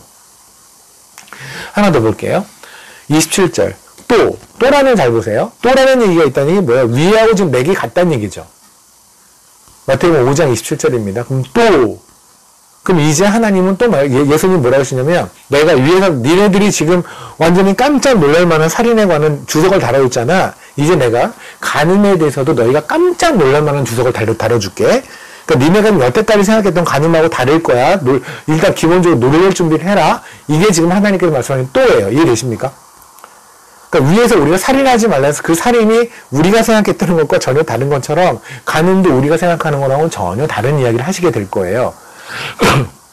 보세요. 27절. 또 간음하지 말라 하였다는 것을 너희가 들었으나. 잘 보세요. 간음하지 말라라는 거에 대해서 주님께서 사실 이걸 정확하게 보여주신 게 있어요. 원래대로 하면 간음하지 말라는, 간음하면은요, 예를 들어서 신명기에 보면 그러니까 결혼을 했는데 이 여자가 처녀성이 없어요. 그러니까 결혼하기 전에 다른 남자를 하고 이렇게 동침을 한 적이 있어요. 처녀성이 없어요. 그럴 경우에는 결혼하고 나서 남편이 만약에 얘는 처녀성이 없네요. 얘는 이전에 어떤 남자가 있었어요라는 걸 남자 쪽에서 그걸 증명해내면은요. 그러면 여자는 데리고 와서 돌로 쳐 죽여야 돼요. 그러니까 간음한 건 돌로 쳐 죽여야 돼요. 맞죠? 그게 일반적으로 사람들이 생각하는 거였어요. 그런데 그것이 만약에 맞다면 간음을 한 거를 돌로 쳐서 죽여라는 하나님께서 말씀하셨거든요. 그것이 액면 그대로 이해되는 거라고 한다면 하나님이 말씀하셨기 때문에 이 땅에 오신 하나님이신 예수 그리스도, 그분이 그 계명을 더 잘 지켰어야 되죠. 맞죠? 주님은 단 한 번도 계명을 어긴 적이 없어요. 율법을 어긴 적이 없어요. 안식일에 일한 것도요, 주님은 성경에서 안식일에는 이러한 경우에 일할 수 있어라고 말씀하셨던 그 예외에서 주님이 일하신 거예요. 주님은 한 번도 율법을 어기신 적이 없어요. 그래서 주님이 그래요. 내가 율법을 폐하려고 온 것이 아니라 완성하러 왔다고 말씀하시잖아요. 근데 만약에 간음에 관한 율법이 하나님께서 말씀하신 신명기를 통해서 말씀하셨던 그 내용이 문자 그대로 받아들여서 한다면 주님은 이 땅에서 똑같은 일을 하셨어야 돼요. 근데 마태복음 8장을 보면은요, 우리 잘 알고 있는 음행 중에 잡혀온 여자가 있죠. 그걸 주님이 용서하시잖아요. 이상하죠. 아니, 주님은 용서하신다는 건 이해가 돼요. 하지만 최소한 율법에 따르면 돌로 쳐 죽여라라고 했으니까 주님이 죽이지 않더라도 사람들이 죽이는 건 내버려 둬야 되지 않나요? 맞죠? 그렇잖아요. 그렇게 가르쳐 주셨으니까. 근데 주님께서는 지금 돌로 쳐 죽이려는 사람들 나무라세요. 맞죠? 이 중에 죄가 없는 자만 돌 던져라 이러면서.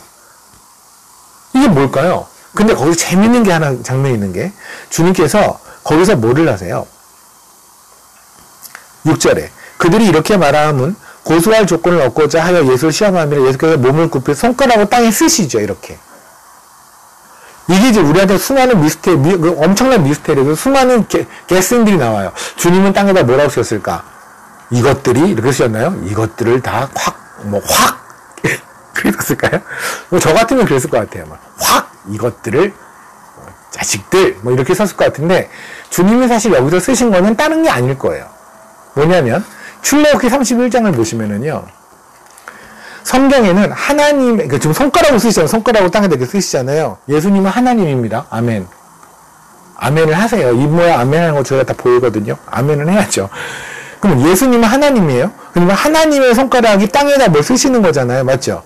그잖아요. 하나님의 손가락이 뭘 쓰신 적이 있어요. 출애굽기 31장에. 성경에 이게 4번이, 하나님의 손가락이 4번이 등장을 하는데, 그 3번은 같은 얘기고요. 아니, 2번은 같은 얘기인데, 신명기하고 지금 출애굽기에 있는 이야기 같은 얘기예요. 31장에 18절 보세요.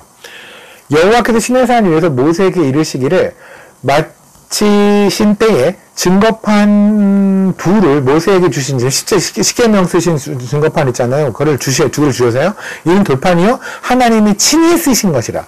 이때 여러분이 성경 주서 밑에 보면 각주 있잖아요. 각주에 친이라는 말 보면 손가락이라고 아마 되어 있을 거예요. 그죠? 이게 손가락이 맞아요. 원어는, 히브리어 원어는요, 에츠바라는 말이 이게 손가락이라는 뜻이에요. 하나님의 손가락이 썼다는 얘기예요. 그럼 보세요. 이때 율법을 쓰셨어요. 그러니까 율법 십계명에서 간음하지 말라라는 걸 하나님이 쓰신 거예요. 그 하나님이 요한복음 8장에 똑같은 걸 쓰시는 거예요. 근데 그 똑같은 걸 쓰셨는데 이때 그 하나님께서 뭐랬냐면 얘를 돌로 쳐 죽이면 안 돼 라고 하신 거죠. 맞잖아요. 그러면 우리가 여태까지 이해했던 간음하지 말라라는 것과는 다르다는 거죠. 그죠? 아마도 이런 얘기를 쓰였지 않을까요? 그때 내가 말했던 그 간음이 그게 아니야. 니네가 이해하는 그게 아니야. 이 얘기를 지금 하시고 싶은 게 아닐까요? 그죠? 똑같은 손가락을 썼으니까. 맞죠? 그 얘기를 설명하는 마태복음 5장에 보세요. 이제 그들에게 이렇게 말을 해요. 가늠한 자를 비난을, 어떻게 그렇게 가늠할 수가 있니? 넌 인간이. 그렇게 했을 때, 그 얘기를 이제 그들에게 말하는 거예요. 오케이. 내가 말한 가늠이 만약에 피지컬하게 육체적인 가늠을 말했다고 한다면, 그래서 니네가 누군가를 정죄한다면, 니네는 깨끗하다고 생각한다면, 그럼 내가 말해줄게. 나한테서 가늠의 정의는 뭐냐면 이거야. 나는 여기로니 음욕을 품고 여자를 보는 자마다 이미 가늠했대요.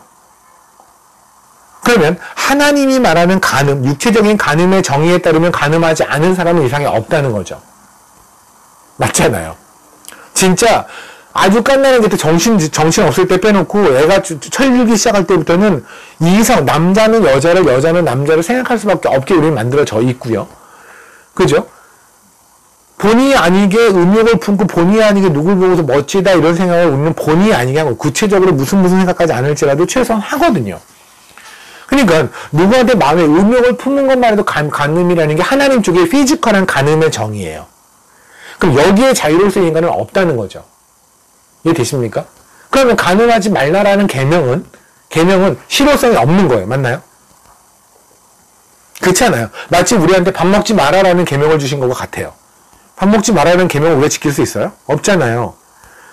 하는 것처럼 간음하지 말라가, 간음이란 정의가 만약에 음욕을 품는 마음까지도 간음이라고 한다면 간음하지 않을 인간은 없단 말입니다. 한 명도. 그러면 간음하지 말라라는 말은 필요가 없는 거죠. 실효성이 하나도 없는 거죠. 의미가 없는 거잖아요. 그게 지금 하나의 말씀. 그러니까 다시 말하면 간음하지 말라라는 얘기가 그 말이 아니라고요. 나한테 있어서의 피지컬의 간음이라는 건 생각만 해도 간음이기 때문에 이 범주에서 내가 생각하는 간음이라는 정의를 해서 하나님을 만족시킬 수 있는 건 없잖아.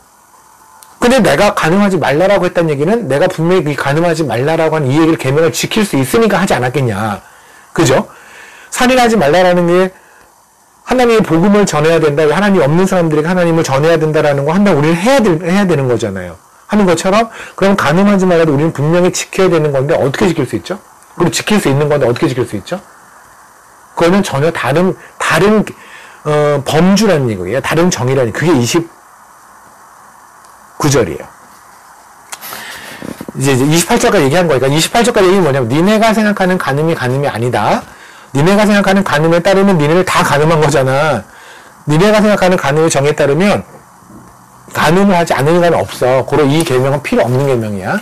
그런데 내가 이 계명을 왜 준 줄 아니? 왜냐면 내 간음의 정의는 그게 아니거든. 25절.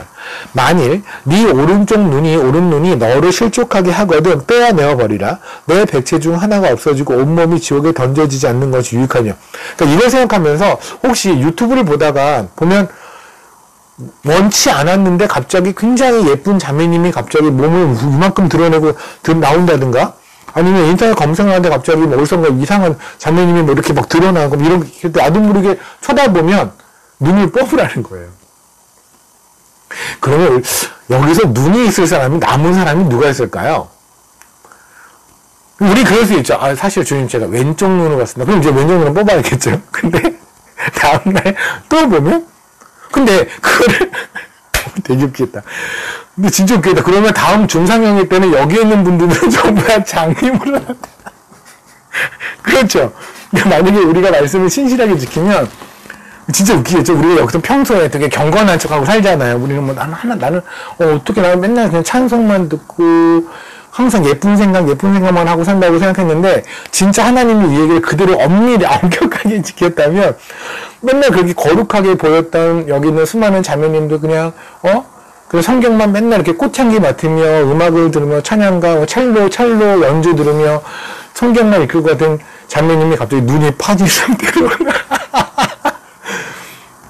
여기 있는 뭐 형제님이 최은호 일사님 얼마나 열심히 하세요. 그죠? 열심히 섬기는 최은호 일사님 손가락이 없어졌어요. 왜냐면 클릭을 했기 때문에.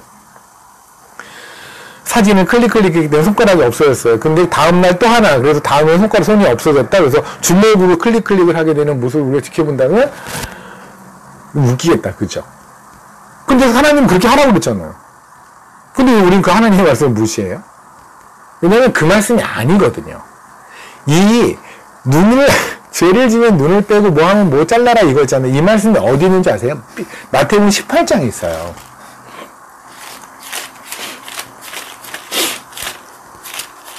생각하면 웃기긴 한다, 그죠? 만약에 다음 주에 우리가 다 그렇게 눈이 다 없는 상태로 나타나면 우린 줌을 킬 필요가 없죠, 비디오를. 진짜 웃기겠다. 그죠? 근데 만약에 이상한 소리까지 들었다고 쳐보세요. 그러면 귀도 잘리면 어떻게 해요, 우리는? 아유, 진짜 끔찍하다, 생각만 해도. 마태복음 18장을 보면, 천국에서 큰 사람이라고 하는 제목이 나오잖아요. 거기에 보면, 보세요. 7절. 실족하게 하는 일이 있음으로 말미암아 세상에 화가 있도다. 실족하게 하는 일이 없을 수는 없으나 실족하게 하는 그 사람에게는 화가 있도다. 이게 무슨 말씀이냐? 잘 보세요. 실족하는 건 어쩔 수가 없어요. 그죠? 그런데 실족하게 하는 자에게 하나님은 벌을 주실 거라고요. 이해되십니까? 여기서 말하는 실족이라는 건 다른 게 아니라 교회에서 죄를 짓는 건 말을 해요. 교회에서 죄를 짓는 걸 이걸 연결시키면 뭐냐면 교회에서 세상을 사랑하는 거예요. 그건 뭐 좀 길어지니까 일단 저를 그냥 믿고 들어주세요. 교회에서 세상을 사랑하는데 사랑할 걸 어떻게 막을 수 없잖아요. 돈이 있으면 부럽고 돈 있는 사람 부럽고 뭐 돈도 있고 싶고 뭐 이런 거 어떻게 그죠? 그런데 그게 옳다고 가르치는 사람, 실족하게 하는 자, 에서의 복음이라고 제가 말씀을 드렸는데 야곱의 복음하고 에서의 복음이 있다고 저는 그냥 생각하는데 에서의 복음은 간단해요. 팥죽 한 그릇에 장자권을 팔아버리는 것. 장자권이 뭐예요? 예수 그리스도의 보혈로 주님의 것이 된 것이 장자권이에요. 그러면 주님의 것이 된 건데 이 주님의 된 이 기쁨과 이 영광을 그냥 이 땅에서 잘 먹고 잘 살고 팔아버리는 거. 그건 여러분 많이 하죠. 지금은 교회 보면 이제 수능을 앞두고 수능기도 엄청나게 하겠죠? 그죠? 그런 거. 하나님 앞에 모여서 그 영광스러운 자리잖아요. 그 영광스러운 자리에 하나님을 감사하고 하나님에게 하나님 저는 이미 살았기 때문에 이제 살지 않아도 죽는 자 누구누구를 구원해 주세요. 하나님이 하신 모든 감사함을 얘기하고 이 영광스러운 자리에서 나의 장자권을 팔아버리고 이 땅에 있는 팥죽 한 그릇 달라고 기도하고 있는 것 그게 에서의 복음이에요. 그러니까 그런 거죠. 진짜 영광의 하나님에게 우리가 구할 게 뭘까요? 고작 수능일까요? 그러니까 그거는 뭐하고 똑같냐면 빌 게이츠를 만났는데 빌 게이츠가 당신이 나한테 원하는 거 내가 뭐든 줄게요 라고 했는데 롯데껌 롯데껌이라면 역시 롯데껌 롯데껌 하나만 주세요 라고 하면 이 사람 바보죠. 빌 게이츠도 화낼 거예요. 아니 내가 누군지 아죠? 빌 게이츠예요. 제가 당신 원하는 거 다 줄게요. 제가 할 수 있는 것도 다 줄게요. 했으면 어마어마한 걸 구해야 되지 않아요? 맞지 않아요? 그런데 롯데껌 하고 똑같아요. 하나님에게 수능 정도를 구하는 거는 빌 게이츠한테 롯데껌을 구하는 것보다 더 못하는 거죠. 이해되세요? 그게 에서의 복음이에요. 팥죽 한 그릇에 자기 장자권을 팔아버리는 것. 근데 그것이 옳다고 가르치는 자들. 그러니까 나도 급하니까 수능이 급해요. 당장 입시가 급해요. 당장 취직이 급해요. 하나님 앞에 막 매달려요. 오케이. 그런데 그게 옳다라고 그렇게 하라고 교회에서 그 집회를 만들어서 그렇게 하라고 막 장려하는 사람들이 실족하게 하는 자들이에요. 그런 자들에게 화가 있을 거라고 말씀하시는데 근데 그 다음에 뭐라고 하시냐면 8절에 만일 네 손이나 네 발이 너를 범죄하게 하거든 뜬금없죠. 아니 갑자기 그런 사람이 실족하게 하는 사람은 벌을 받을 거야. 그런데 네 손이 잘못하면 손을 자르고 발을 잡으면 발을 자르는 건 무슨 말이에요?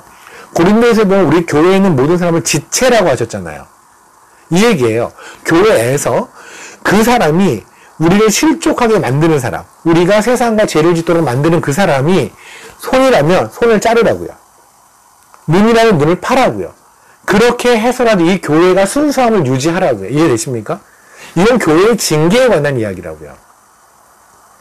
그래서 이 얘기가 나오는 거예요. 15절에 네 형제가 죄를 범하거든 네가 가서 거기서 하라고 한 다음에 이렇게 말씀하시잖아요. 20절에 두세 사람이 내 이름으로 모인 곳에 나도 그들 중에 있느니라. 이것 때문에 어느 교회 가면 화장실에 가면 남자 소변기 앞에 이게 붙어 있더라고요. 두세 사람이 모인 곳에 기도하니까 있으니까 두세 사람이 모이면 기도하라. 근데 주님은 정확하게 말하면 우리한테 기도를 골방에서 하라고 그러셨어요. 산상수훈 맞죠? 맞잖아요. 골방에서 홀로 기도하라고 하신 분이 주님이신데 갑자기 느닷없이 두세 사람이 기도하는데 내가 거기 있으냐고 무슨 말이에요? 그러니까 기도를 혼자 하라는 거예요? 둘이 하라는 거예요? 이 얘기는 그 얘기가 아니에요. 거기 기도한다는 말이 어디 있어요? 없어요. 이 얘기는 뭐냐면 징계를 하는 얘기예요. 교회에서 징계를 할 때 목사님이 혼자 성도 마음에 안 든다고 혼자 결정해서 쟤 내쫓고 이러지 말라고요. 교회에서 같이 모여서 심사숙고해서 기도하고 토론하고 성경 말씀 갖다가 보고 하고 나서 치리하라고요. 그랬을 때 그들의 결정을 이 땅에서 묶으면 하늘에서도 그 결정을 묶어주시겠다고요. 하늘에서 인정해 주시고 그들의 잘못을 이쪽에서 풀어주면 이 땅에서 하늘에서 맨 걸 풀어주면 하늘에서 그걸 맨 걸 풀어주시겠다고요. 이해되십니까? 이건 기도에 관한 이야기가 아니에요. 교회 징계에 관한 이야기예요. 이해되세요? 그러니까 교회에서 잘못하는 자가 있을 때 근데 그 잘못이라는 게 다른 게 아니라 사람을 실족시킨다는 얘기예요. 맞죠? 그러면 이 얘기랑 지금 마태복음 5장을 다시 가면 어떻게 될까? 이제 이해가 되실 텐데요. 30절 보세요. 또한 만일 네 오른손이 너를 실족하게 하거든 찍어내어버려. 이 뜻없는 얘기가 어디서 나왔어요? 아까 오른손이 잘못하면 오른손을 짧고 왼손을 잘못하면 왼손을 짧고 그거잖아요. 그렇잖아요. 아, 이 얘기는 교회에서 징계를 말하는 거구나. 교회 안에서 간음하는 자가 있어요. 여기서 말하는 간음이라는 건 뭘까요? 세상을 사랑하는 거예요. 세상을 사랑하고 세상을 사랑하라고 가르치는 자가 있어요. 그들은 교회에서 엄밀히 말하면 쫓아내야 되는 존재라고요. 이해되십니까? 그러니까 그들이 쫓아내지 않을지라도 최소한 그들의 말이 옳지 않음을 우리가 인정을 해야 돼요. 그것만큼 알아야 해요. 맞죠? 그런데 그래서 하나님께서 갑자기 느없이 이혼에 관한 이야기를 하신 거예요. 보세요. 31절. 누구든지 아내를 버리려거든 이혼 증서를 줄 거라. 아내가 뭔데요? 이 얘기가 어디랑 연결되냐면요. 잠언서 5장이랑 연결이 되거든요. 보세요.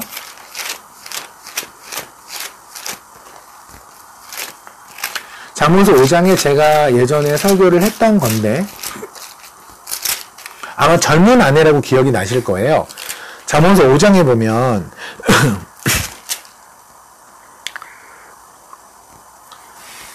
거기서 이러잖아요. 18절. 내 삶으로 복되게 하라. 그래서 삶은 교회예요. 교회를 복되게 하라. 네가 젊어서 취한 아내를 즐거워하라. 여기서 젊어서 취한 아내가 누구냐면 하나님께서 우리를 취했을 때 우리는 다 젊은 아내예요. 젊은 아내의 특징이 뭡니까? 요리도 못하고 뭐도 몰라요. 아내를 처음 했으니까. 그렇잖아요.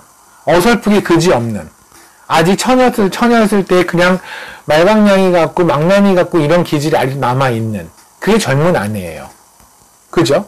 그러니까 예를 들어 제가 만약에 여러분들 중에 누구한테 여기 있는 분들 중에서 제가 좀 김치찌개 해주세요 라고 한다면 저는 여기서 젊으신 분들한테 더 절대로 안 부탁할 거예요. 어차피 부탁해서 받으면 버릴 거니까. 여기서 어쨌든 간에 좀 나이가 있으시고 경륜이 있으신 분들에게 제가 부탁을 하겠죠. 그렇잖아요. 또 늙은 아내 이런 건 아니지만 어쨌든 간에 나이가 있으신. 그죠? 그러니까 젊은 아내는 뭐냐면 뭐든 못해요. 젊은 아내는 뭐냐면 교회에 들어온 성도들의 뭐든 못하는. 성도는요. 나이가 많이 들어도 거기서 장로가 되고 권사가 되고 그런다고 그래서 그들이 노련한 건 아니에요. 그들이 잘하는 건 아니에요. 하나님이 보시기에는 그냥 2개월 되냐고 3개월 되냐 차이점이에요. 집사와 장로의 차이점은 그냥 2개월과 3개월의 차이점이 하나님 보시기엔 그죠? 그러니까 하나님이 보시기에 우리는 전부 다 젊은 아내란 말입니다. 그래서 하나님의 선포예요. 교회에 들어온 모든 젊은 아내들을 하나님은 사랑하실 거예요. 근데 그건 우리들끼리도 마찬가지예요. 그래서 옆에 있는 어느 성도들이 조금 삐걱삐걱거리고 잘 못 살 수 있잖아요. 그죠? 아직까지 술, 담배를 못 끊었을 수도 있고 아직까지 세상에 것이 남아있어서 그럴 수도 있잖아요. 맞죠? 그랬을지라도 그들의 언행이 좀 거칠고 할지라도 그냥 하나님이 그들을 젊은 아내로 취한 것처럼 우리는 받아들여야 될 거예요. 이게 얘기예요. 새해 세면서 복되게 하라. 내가 젊어서 취한 아내를 즐거워하라. 그죠? 그 아내를 즐거워하라. 하나님이 우리를 즐거워하시는 것처럼 우리도 서로 즐거워하라고요. 이해되십니까? 이게 아내예요. 그런데 이 아내를 쫓아내는 게 하나 있어요. 어떤 경우요? 간음했을 때. 그러니까 교회도 생각해보세요. 그러니까 내 남편한테 나 너무너무 그냥 남편한테 사랑해서 찌개를 해줬는데 그 찌개가 너무 맛이 없다고 그래서 나 그럼 너한테 이혼해야겠다. 이런 남편이 있을까요? 없죠. 요리를 못했다고 이혼하는 사람이 어디 있어요, 세상에. 좀 그럼 귀엽죠. 아이고, 이걸 또 이렇게 맛없는 걸 끌려 얼마나 최선을 다했을까. 정말 되게 굉장한 노력을 했으니까 이렇게 맛이 없지 않을까? 라는 생각을 가지면 어쨌든 간에 귀여워하지 않을까요?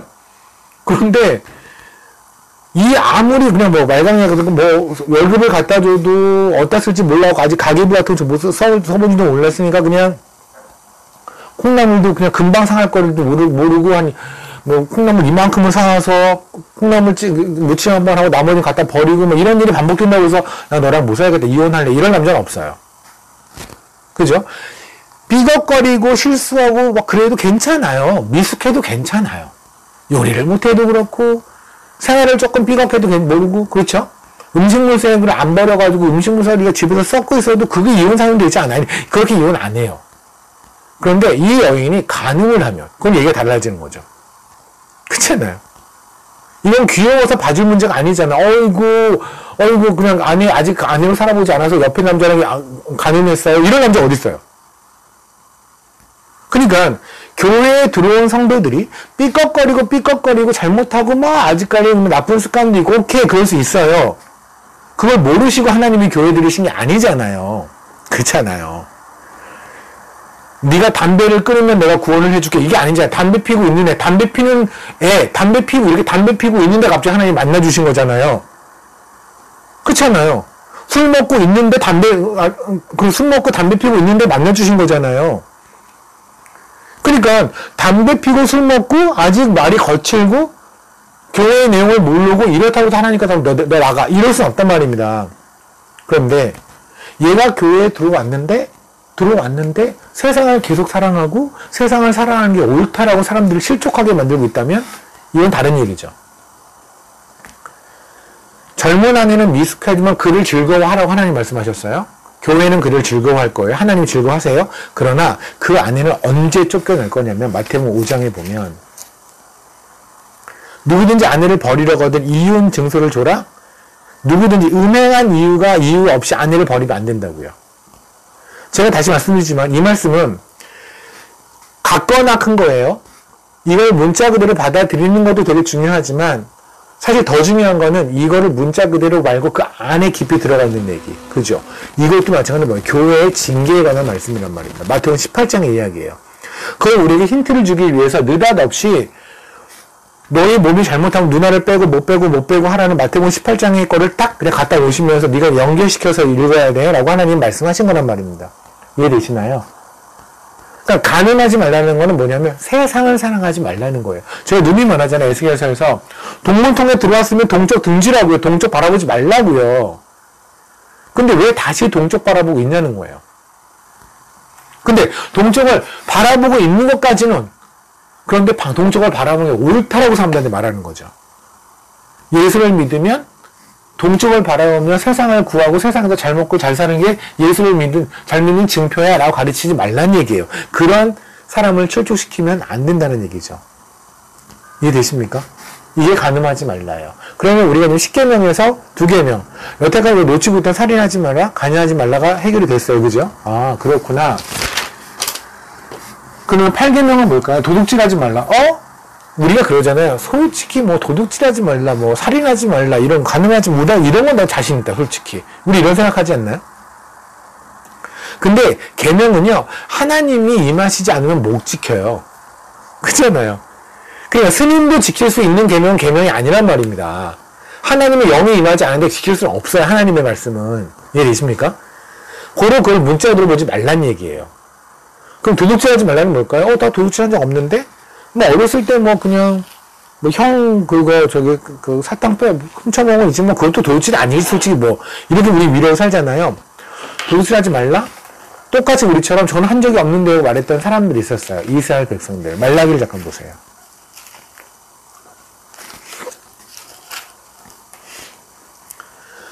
말라기 3장입니다. 11조에 관한 이야기를 하는데요. 그때 7절에 이렇게 말씀하세요. 만군의 여호와가 이르노라 너희 조상들이 너 조상들의 날로부터 너희가 나의 규례를 떠나 지키지 아니하도다. 그런즉 내게 돌아오라 그리하면 나도 너희에게 돌아가리라 하였더니 너희가 이르기를 우리가 어떻게 하여 돌아가리라 하는도다. 사람이 어찌 하나님의 것을 도둑질하겠느냐? 그러나 너희는 나의 것을 도둑질하고도 말하기를 우리가 어떻게 주의 것을 도둑질하였나이까? 우리가 똑같은 얘기예요. 언제 우리가 도둑질했어요? 안 했는데 저 훔친 적 없는데요. 제가 물건 찾아주는 걸로 유명한 사람이에요. 하나님. 무슨 말씀이세요? 이게 똑같은 얘기라고요. 하나님은 도둑질을 했다는 거예요. 근데 우리는 도둑질을 왜 했는데 안 해요? 근데 하나님은 우리들 도둑질 안 한 것 같은데 왜 했다고 이렇게 자꾸만 하시는 걸까요? 출애굽기를 볼까요? 13장.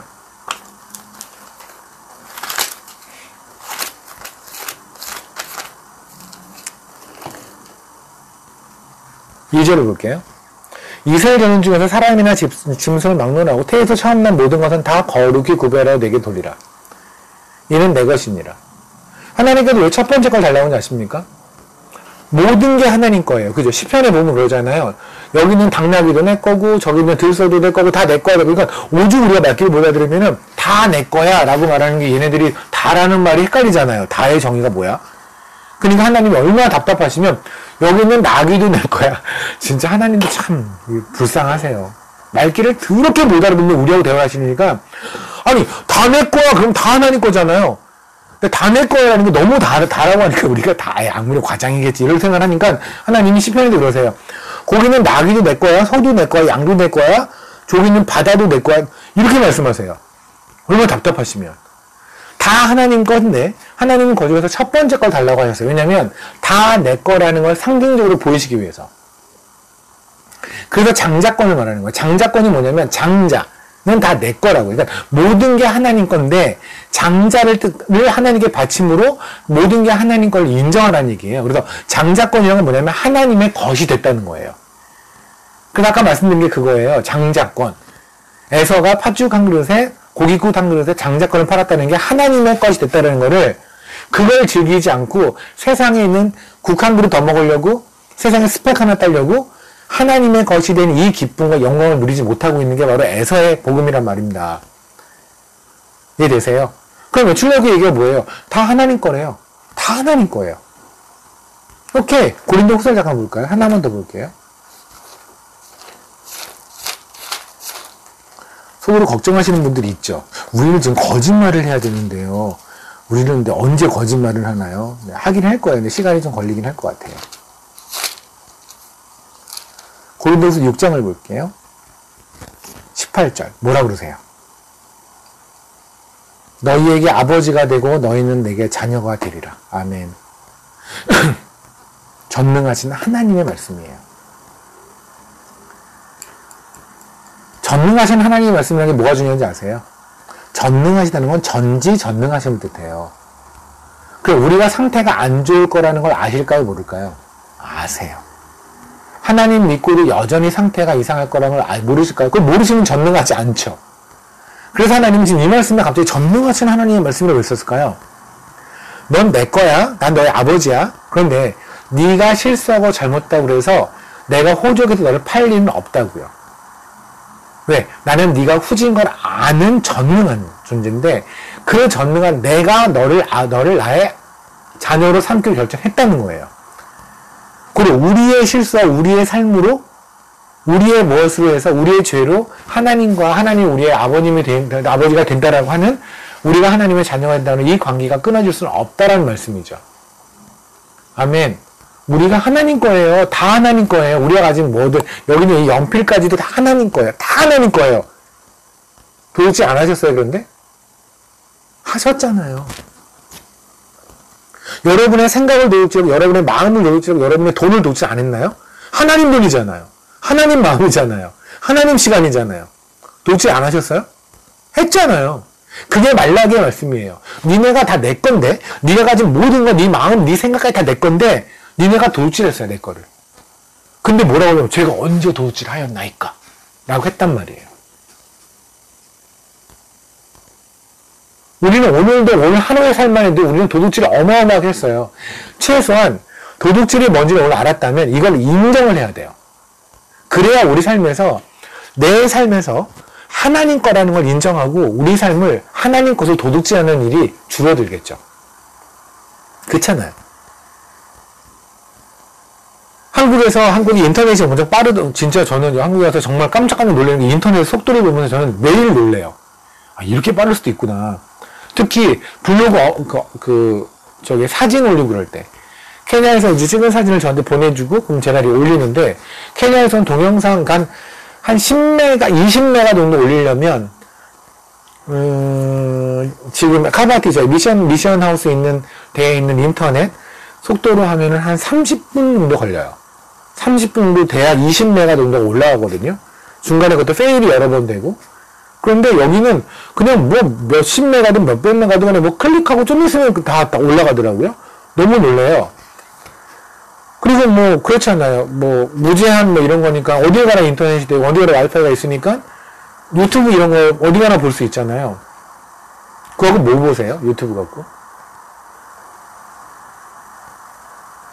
하나님의 시간, 하나님이 주신 그 시간에 하나님이 주신 돈으로, 하나님이 주신 눈으로 하나님 것 가지고 뭐 보셨어요?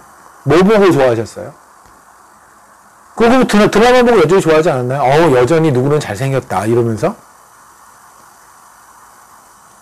도대체 안 하셨어요? 했잖아요.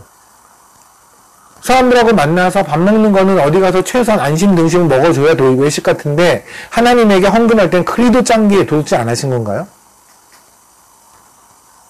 하나님이 이 말씀에 도둑질 하지 말라고요. 제발 내 거니까. 넌 내 거라고요. 이사야서 43장이 뭐라 그래요? 내가 지명하여 불렀나니 넌 나의 것이라. 야곱아, 말 더럽게 안 듣는 야곱아, 너 내 거야. 네 삶으로 본다면 너는 내 거가 될 수가 없잖아. 야곱은 이름 자체가 뭐예요? 간교한, 교활한. 강교하고 교활하게 끝이 없는 우리들, 야곱들에게 하나님이 뭐랬냐면 야곱아, 너 내 거야. 그런데 우리는 이 몸뚱아리 가지고 이 시간 가지고 계속 도둑질하고 살아요. 이 일을 어쩔까요? 이게 도둑질이에요. 십계명을 보면서 난 도둑질만큼 난 안 했네라고 자유롭게 생각하지 마십시오. 어차피 우리 삶에서 가장 많이 하는 게 도둑질이에요. 십계명에서 가장 많이 하고 있는 게 바로 이거예요. 도둑질이에요. 오케이. 그리고 이제 9계명이죠. 근데 9계명 전에 10계명을 먼저 9계명이 오늘의 포커스니까 할게요. 시간은 그렇게 많이 안 걸려요. 여러분 이해를 하셨기 때문에. 10계명은 뭘까요? 10계명은 그냥 간단하잖아요. 여러분 아까 출애굽기 20장에서 보셨던 말씀을 보면 내 이웃의 집을 탐하지 말라. 이건 뭘까요? 왜 느닷없이 이 말씀을 하세요? 이거 도둑질하지 말라가 비슷하지 않나요? 그렇잖아요. 남의 이웃의 집을 탐하지 말라 그러면 거기 보면 이웃의 아내를, 이웃에 있는 나귀를, 이웃에 있는 소를, 이웃에 있는 집에 있는 물건을 탐하지 말라 이렇게 돼 있잖아요. 출애굽기 자세히 보면. 그러면 부러워한 적은 있죠. 남의 집 가가지고 좋은 소파 보면서 부러워했고 저 집 와 대박 이런 거 부러워한 적 있죠. 그거 하지 말라는 건가요? 아니요. 부러워한다는 건 뭐예요? 내가 만족이 안 된다는 거죠. 여러분 배불러 본 적 있나요? 아니 오늘 저녁도 배부르지 않았어요? 인간 진짜 단순하죠. 배고플 때는요 막 배고파 죽겠다 그러고 밥 먹기 시작도 한국 사람 밥 빨리 먹잖아요. 아니 한국 사람들은 요리 음식 자체가 빨리 먹을 수밖에 없는 음식이에요. 설렁탕 국하고 밥을 하나에 섞었는데 이거 어떻게 빨리 안 먹을 수가 있어요? 근데 외국 사람들은 시간이 걸릴 수밖에 없어요. 이거를 다 따로 그것도 칼하고 포크 주고 잘라 먹으려니까. 근데 우리는 다 썰어서 그거를 국에다가 순댓국, 고기와 야채와 부추와 순대와 밥과 고추장과 소금을 같이 넣어서 먹으려는데 이걸 빨리 안 먹으면 이상한 거지. 그죠? 그러면 먹어요. 그럼 뭐래요? 좀 이따 한 10분 지나면 진짜 배불러 죽겠다. 그땐 뭐래요? 옆에서 여기 지금 먹어 그러면 화내죠 애들이. 다니엘 그러잖아요. 배불러 죽겠네. 먹으라고 해 자꾸 아까까지 배고파 죽겠다 그랬거든요. 여러분 보세요. 배가 너무 부르면은요 앞에 있는 음식이 하나도 안 부럽죠. 그죠? 배가 이만큼 부른데 거기는 TV 있는 걸 보면서 저 치킨 부럽다 먹고 싶다 이러면 걔 진짜 이상하네. 걔 정신병이에요. 그러니까 이거죠. 남의 물건을 탐한다는 건, 이웃을 탐한다는 건 내가 배가 고프다는 거예요. 내가 만족하지 않는다는 거죠. 누구로? 예수로. 내 이웃을 탐하지 말라는 건 단한기가 아니라 복음으로 만족하냐는 거예요. 예수로 만족하냐는 거예요. 예수로 만족하면 네 이웃이 어떤 차를 타도 나는 그게 괜찮다는 거예요. 동창회 모임을 했는데 나는 조그만한 차를 몰고 나오고 경차를 몰고 나왔는데 거기 있는 애가 벤츠를 몰고 나오고 뭐 이만한 차를 몰고 나왔는데 거기서 주눅 들고 갑자기 나와서 너 차 안 갖고 왔어? 그러면 좀 기사 올 거야. 이따 거짓말하지 않고 당당하게 경차 탄다고요. 하나님이 주신 거, 하나님이 최선을 주신 차잖아요. 난 거기에 한 예수 그리스도의 찬양이 나오고 예수 그리스도의 말씀이 나오는 차예요. 하나님이 없는 벤츠보다 하나님이 있는 경차가 훨씬 더 비싼 거 아닙니까? 하나님의 찬양이 올려나오는 한 평짜리, 10평짜리 집이, 5평짜리 내 집이 100평짜리 예수가 없고 그 안에 불상 있는 집보다 더 성전 아닙니까? 아름다운 성전 아니에요? 아니에요? 맞지 않아요? 왜 남을 부러워해요? 왜 옆에 있는 예수 없는 사람들 부러워해요? 뭐 때문에요? 여러분, 부부가 걸어가요. 남자친구가 여자친구가 걸어가요. 근데 여자가 계속 그 옆을 보면서 저쪽에는 남편을 막 부러워해요. 저 사람은 저것도 가지고 계속 이러면 남편의 기분이 어떨까요? 오케이, 근데 세상에는 그럴 수 있어요. 세상에는 남편들은 워낙 부족하니까. 근데 우리 남편이 예수 그리스도예요. 예수 그리스도인데 밤마다 밤이슬을 밟고 나가서 다른 남자랑 잠을 자요. 고멜이. 이게 정상이에요? 정상 아니잖아요. 세상의 걸 구해요. 세상에서 몸을 팔고 거기서 주는 거에 너무너무 희덕거려요. 정상이에요? 아니죠. 내 이웃을 탐하는 거는요, 끔찍한 일이에요. 예수 그리스도를 바라보며 당신은 형편없는 남편이에요 라고 말하는 거예요. 그죠? 여러분 삶에서 한번 해보세요. 직장에서 여러분이 누구를 만났을 때 당장 내일 눈을 떴을 때 아니 오늘 뭘 봤을 때 한번 나는 진짜 세상을 안 부러워하는가, 세상에서 많이 가진 사람들 난 진짜 안 부러워하는가를 여러분 한번 체크해 보세요. 검증해 보세요. 이웃을 그거를 탐하지 마세요. 이제 오케이. 9계명입니다. 9계명이 뭐냐면 이거죠. 내 이웃에 대해서 거짓 증언하지 마라. 거짓 증언하지 마라? 이건 뭘까요? 일단 아까 말씀드린 것처럼 이것이 단순히 법정의 이야기라고 한다면 우리는 이 법정에 쓸 일이 거의 없어요. 있을 일도 있겠지만 거의 없을 거예요. 그죠? 근데 이 얘기는 그 얘기가 아니겠죠. 일단 거짓 증언하는 거, 거짓말하는 게 누굴까요? 거짓말하는 게 어떤 얘기냐면 출애굽을 약간 보세요. 제가 여기까지 왜 다른 계명 얘기를 했냐면 이 얘기가 단순히 거짓말하지 말라가 우리가 이해하는 수준의 거짓말이 아니라는 이야기를 말씀을 드리기 위함이었어요. 우리가 이해하는 산이 아니었죠. 우리가 이해하는 도둑질이 아니었죠. 간음이 아니었죠. 남의 이웃을 탐하는 게 아니었죠. 여기까지 여러분이 아셨다면 이제 거짓말도 우리가 이해하는 수준이 아닐 거란 말입니다. 요거 얘기를 말씀드리기 위함이었고, 그리고 제가 언제나 한번 이 계명 뒷부분 꼭 정리 한번 하고 싶었는데 감사하게 오늘 하나님이 그 기회를 주신 것 같아요. 5장을 볼게요. 출애굽기 5장에 보면 제가 지난번에 말씀 나눴던 건데 세상은 그러잖아요. 세상은 예배를 드리는 우리를 보고 게으르다고 얘기를 하죠. 저 게으른 것들. 맨날 모여서 그냥 누구 한 명을 떠들고 있으면 그냥 혼자서 울고 불고 뭐 저런 게으른 것들 가서 일을 하지. 저런 비생산적인 것들. 생각해보세요. 이 펜은, 이 연필인데 전 연필을 좋아하거든요. 샤프 이런 거보다. 옛날 사람이어서 그런가 봐요. 그럼 연필이요. 이 연필을 가지고, 연필을 제가 왜 샀을까요? 연필을 만든 사람이 왜 만들었을까요? 쓰려고. 그죠? 이 연필을 가지고 제가 망치질하고 있으면 이거는 비생산적인 일이에요. 이 연필을 가지고 가장 생산적인 일을 하는 건 뭐냐면 쓰는 거예요. 맞나요? 하나님은 우리를 예배를 받기 위해 창조하시고 구원하셨대요. 그럼 우리의 삶에서 가장 생산적인 일은 뭐예요? 예배하는 거예요. 예배자의 삶을 사는 게 가장 생산적인 삶이에요. 물론 하나님의 영이 임하지 않은 사람은 이해를 못하겠죠.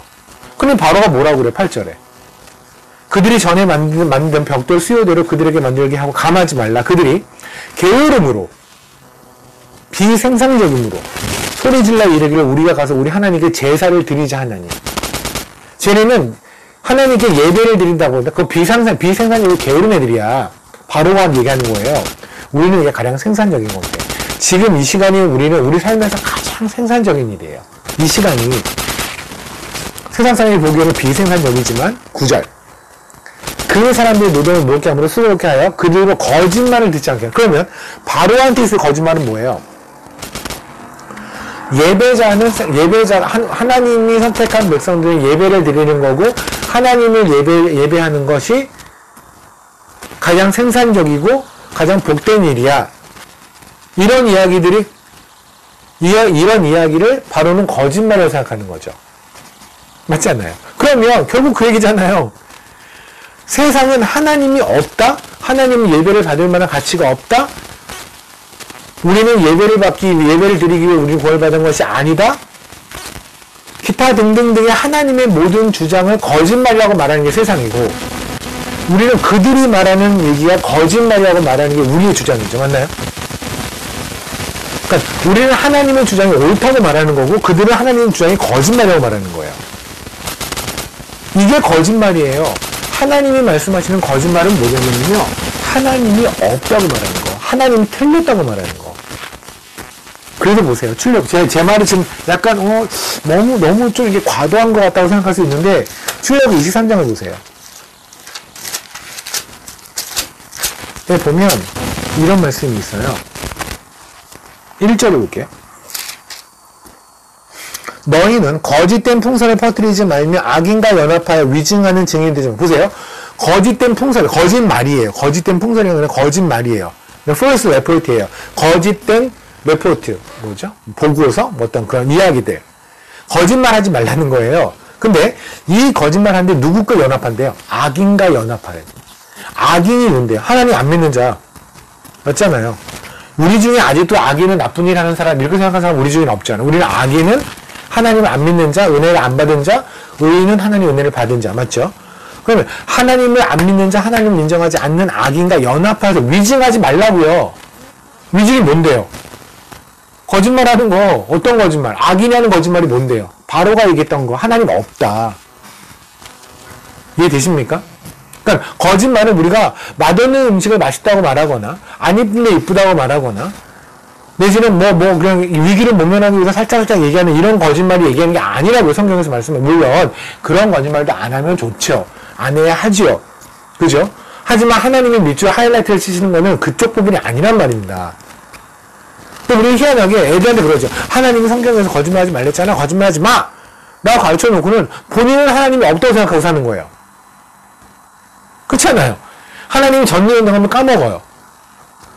그래서 하나님이 오늘도 나의 삶에서 뭔가 충분하게 안 주신 것 같아요.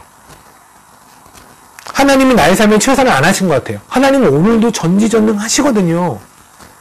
하나님은 진화하는 하나님이 아니세요. 하나님은 어제의 하나님보다 내일의 하나님이 나아진 하나님이 아니라 태초에 세상을 만드셨던 그때의 하나님부터 지금까지 그리고 앞으로 영원히 동일하신 하나님이세요. 하나님은 오늘은 전능을 치를래 내일은 전능할게는 하나님이 아니라 하나님은 언제나 전능하세요. 그 하나님이 주신 하루가 오늘이에요. 누구에게? 자신의 독생자를 죽이면서까지 구원한 우리에게, 우리 한 명 한 명 한 명에게 하나님이 전능한 하나님이 최선을 다해 주신 게 오늘이라고요. 근데 우리 오늘도 하나님의 전능을 인정했나요? 인정 안 했잖아요. 인정 안 하고 산 게 바로 거짓말이에요. 그 거짓말을 하면서 애들한테는 거짓말하면 안 돼. 하나님이 거짓말하지 말랬잖아. 이게 아니란 말입니다. 하나님 말하는 거는 세상에서 하나님에 대해서 거짓 증언하는 것. 그거를 따라하지 말라고요. 이해되세요? 볼까요? 신명기를 약간 볼게요.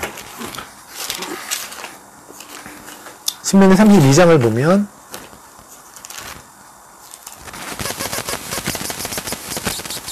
보세요. 그는 반석이시니 그가 하신 일이 완전하고 그의 모든 길이 정의롭고 진실하고 거짓이 없으신 하나님이시니. 아, 하나님은 맛없는 걸 맛없다고 하시는 하나님이구나. 이 얘기예요, 지금? 하나님 말하는 거짓이 없는 하나님은 뭘까요? 문맥을 보세요. 그는 반지역이세요. 그가 하신 일이 완전하세요. 그의 모든 길이 정의롭고 진실되세요. 그 하나님이 공의로우시고 바르세요. 그 하나님이 하신 게 뭔데요? 그 하나님이 세상을 창조하신 이유가 뭡니까? 그 하나님이 세상을 창조하신 이유가 뭐예요? 창조하신 이유가 돌고래랑 놀기 위해서인가요? 귀여운 고양이하고 놀기 위한 건가요? 하나님이 이 세상을 창조하신 이유가 뭐예요? 개를 왜 창조하셨어요? 고양이를 왜 창조하셨어요? 그래도 구원하기 위해서 창조하셨어요? 아니잖아요. 인간한테 그걸 다스리라고 창조하신 거잖아요. 하나님의 모든 창조는 어디에 속해서 있어요? 인간한테. 그죠? 근데 그 인간을 창조하신 이유가 뭐래요? 이사야서에? 그들에게 찬송과 찬양을 받기 위하여. 그리고 그를 구원하셨잖아요. 그잖아요. 그 하나님이 그 모든 환경에 거짓이 없다고요. 하나님 우리를 구원하신 것, 그 사실이 거짓이 아니라고요. 뻥이 아니라고요. 그분이 우리를 구원하신 건 사실이라고요. 하나님이 십자가에 달려 죽으심으로 우리를 구원하신 게 사실이라고요. 그건 거짓말이 아니라고요. 그런데 세상은 예수 그리스도의 십자가를 보고 거짓말이라고 하잖아요. 크리스마스 때 안 슬프세요? 크리스마스 때 교회에서조차 산타 할아버지 복장을 하고 놀아요. 목사님들이 산타 할아버지 복장을 하고 놀아요. 산타 할아버지 복장 왜 나왔어요? 코카콜라 때문에 나왔어요. 산타 할아버지 복장이 코카콜라 빨간색이 코카콜라 따르면 그 너블 나오는 거 있잖아요. 그게 하얀색이에요. 교회에서조차 이 땅에 죽으시오신 예수님에 대해서 그 크리스마스 때 우리 그러잖아요. 누군가가 태어났는데 이 아이가 태어나자마자 만약에 죽는다는 사실 안다고 칩시다. 엄마의 마음은 어때요? 가족의 마음은 어때요? 기쁨과 슬픔이 교차하겠죠. 그게 우리의 성탄절이에요. 감사함과 죄송함이 교차하는 날. 근데 우리는 뭐예요? 징글벨만 징글징글 울려야죠. 이게 뭐죠, 우리? 세상의 예수를, 십자가에 달린 예수를 무시해요. 세상에서도 성탄절을 즐겨요. 교회에서도 똑같이 그냥 그 정도로 즐겨요. 세상의 거짓말에 우리가 좀 속고 있단 말입니다. 지금 신명기 말씀은 뭐냐면 그 하나님의 공의를 이루시기 위해 십자가에 달려 죽으시고 자기 아들을 거기다 박으신 하나님의 그 찢어지는 심정이 거짓이 아니라고요. 다시 읽을게요. 그는 반석이시니 그가 하신 일이 완전하고 하신 일, 세상을 창조하고 구원하시고 모든 일이 완전하고 그의 모든 길이 정의롭고 진실하시고 그분이 우리에게 예배를 받기 그 모든 하신 건 다 옳고 그리고 거짓이 없으신 하나님이세요. 이게 하나님이 말하는 거짓이에요. 그러니까 성경에 보면 하나님은 거짓말하지 않으시다는 건 다른 게 아니에요. 하나님이 우리에게 하신 구원의 약속이 틀리지 않다는 얘기고요. 바뀌지 않는다는 얘기고요. 우리가 죽고 났더니 천국 없네 이런 일이 없다는 얘기입니다. 갑자기 내가 뭐 잘못할까 봐 우리 구원 취소되는 일이 없단 말입니다. 하나님은 그러지 않기로 하셨잖아요. 그죠? 잠언서 잠깐 볼까요? 잠언서 30장입니다. 이제 거의 정리가 돼가는 것 같습니다.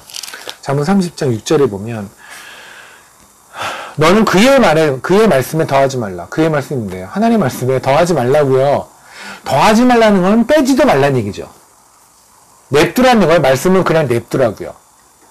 그가 너를 책망하시겠고 너는 거짓말하는 자가 될까. 하나님의 말씀을 더하거나 빼는 게 거짓말이라고요. 이해되십니까? 하나님이 하시는 말씀, 하나님이 자신에 대한 소개를 한 거를 빼거나 더하는 게 거짓말이에요. 그러니까 우리는 오늘 하루 종일 세상에서 말하는 거짓말을 안 하려고 애썼을지 모르지만 하나님이 말씀하신 하나님은 살아계시고 지금 동행하시고 하나님 여러분의 삶을 지켜보시고 하나님 전지전능하시다라는 것. 여러분 그걸 기억하고 살았나요? 사람들이 그걸 자신에게 말했나요? 안 하고 살았잖아요. 까먹었잖아요. 그게 거짓말한 삶이라고요. 그죠? 하나 더 볼게요. 이사야서를 보겠습니다.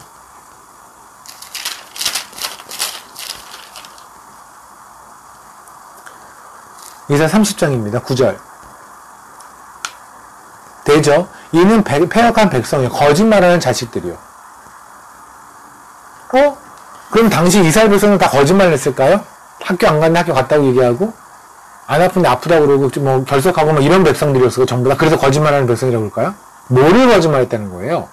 요한복음 잠깐 보실래요? 요한복음 8장에를 보면, 55절에,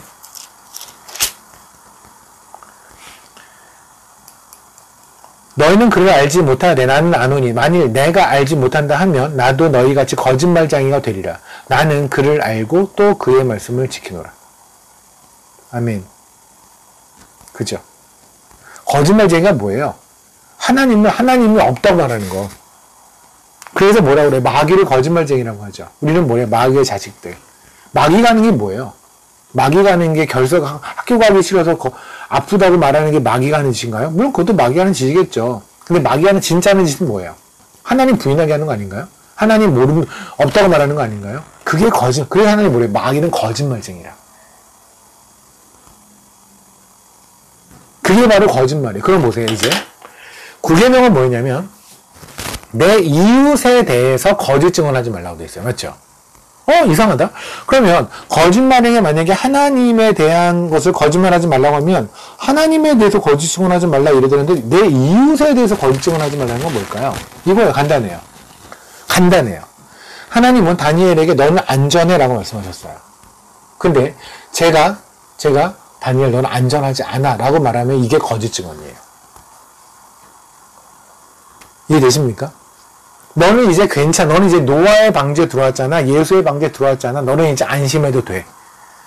크게 한숨 쉬고 휴 하고 너는 괜찮아 이제. 그런데 우리를 늘 불안하게 만드는 세상 있죠. 그렇잖아요. 하나도 안정을 느끼지 못하게 만드는 세상, 그리고 그걸 느끼지 못하게 만드는 세력들 있잖아요. 여러분은 지금 만족하지 마십시오. 더 나은 걸 추구하십시오라고 말하는 사람들 있잖아요. 교회 안에서조차도. 그게 바로 거짓 증언하는 거예요. 하나님이 예수 그리스도께서 십자가에 달리셨어요. 그리고 죽으시면서 뭐라고 했어요? 내가 다 이루었다 그러셨어요. 주님이 다 이루었다 그러셨어요. 간단히 말하면 아빠가 뭘 하는데 아빠가 나 다 했다 끝. 아빠가 다 했다. 아빠가 다 했다 그러면 애는 이제 안심을 하는 거예요. 근데 하나님이 다 이루셨대요. 하나님께서 다 이뤘대요. 이루고 있다도 아니고 이룰 거다도 아니고 다 이루셨대요. 그럼 하나님이 다 이루셔서 우리가 느껴야 되는 건 뭐예요? 그 안에 깊은 안정감이어야 되죠. 근데 이거 안정하지 못하게 만드는 사람들이 있단 말입니다. 세상은 당연하고요. 교회 안에조차도. 뭔가를 더 구하고 세상에 더 나은 영향력 있는 그리스도인이 돼야 되고 블라블라블라블라 말하며 사람들을 불안하게 만드는 사람들이 있단 말입니다. 그게 없으면, 그걸 안 가지면, 거기까지 못 올라가면 당신은 좋지 않은 그러니까 크리스찬인 것처럼 만드는 사람들이 있단 말입니다. 그들이 바로 뭐냐면, 내 이웃에 대해서 거짓 증언하는 거예요. 그들은 괜찮아요. 하나님께서는 뭐랬냐면, 잠언서에서 이런 말씀을 하셨어요. 우리 잠언서 14장 5절 나누고 있잖아요. 의인은 거짓말을 미워해요. 고로 우리에게 와서 하나님의 되심에 대해서 거짓말을 하는 자, 우리는 미워하고 우리 스스로도 거짓말하지 않아요. 그게 하나님이 말씀하시는 의인이에요. 의인의 삶은 이렇게 살아야 돼요. 하나님을 왜곡하는 자를 우리는 견디지 못해야 되고, 하나님이 말씀하신 우리는 괜찮다고 하였던 그 말씀을 틀렸다고 말하는 자들의 그 주장을 우리는 용납하지 않아야 돼요. 이게 하나님이 말씀하시는 의인이에요. 그럼 악인은 뭐예요? 그 거짓말을 하는 자들이죠. 그러면 그 거짓말 하는 자는 어디로 갈까요? 부끄러운 데에 이를 거예요. 아까 말했죠. 우리 부끄러운 데가 어딜까요? 끝까지 하나님을 부인하는 거잖아요. 하나님 완전하지 않다고 말하는 거잖아요. 하나님 다 이루지 않다고 말하는 자가 있다면 그는 마지막에는 부끄러운 데에 이를 수밖에 없겠죠. 그렇잖아요. 이게 잠언서 13장 5절의 말씀이란 말입니다.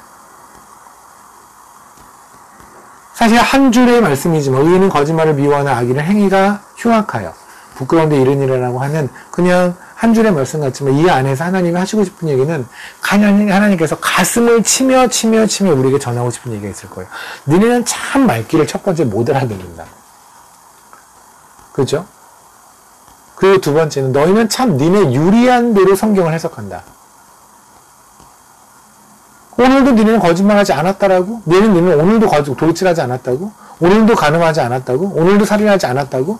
오늘도 도둑질하지 않았다고? 니는 그렇게 위로하고 하루 동안 계명 다 지키고 살았는데 이러지 않았겠니? 근데 내가 보기에 니네는 이 계명 중에 하나도 지키지 않았어. 오늘도 니네는 예수가 없이 죽어가는 사람들 옆으로 아무렇지 않게 지나갔고 그들에게 예수를 전할 마음도 없었고 그들을 위해 기도할 마음도 없었고 그들이 나를 예수 얘기를 박해한다는 이유 때문에 하나님을 무시한다는 때문에 그를 더 미워했고 그러지 말라고 화목제물인 예수 그리스도를 그들에게 주라고 했는데도 무시하고 그냥 살았잖아. 살인 안 했니? 니네 다 내 건데 너의 시간, 너의 눈, 너의 손, 너의 돈, 너의 마음 다 내 건데 그거 다 어디다 줬니? 도둑질 안 했니? 세상 오늘 안 사랑했니? 내가 너희같이 철없는 애들을 나의 아내 삼아서 나의 신부 삼아서 맨날 넘어지는 애들 내가 그래도 너희 젊은 아내를 내가 즐거워하리라 라고 했던 내 스스로의 다짐에 따라 내가 너희를 사랑하는데 너희는 오늘도 밖에 나가서 다른 남자랑 세상이랑 잠을 자지 않았니? 그런데도 하나님께서 오늘도 우리에게 이혼 증서를 주시는 것을 멈추세요. 오늘도 우리를 나가 라고 하지 않으시고 끝까지 또 품어 안으시고 또 품어 안으시고 나가지 마. 가지 마. 호세가 계속 나가는 고멜을 또 데리고 오는 것처럼 주님은 또 그러세요. 그런데 우리는 뻔뻔하게 전 간음하지 않았는데요? 라고 얘기하는 거죠.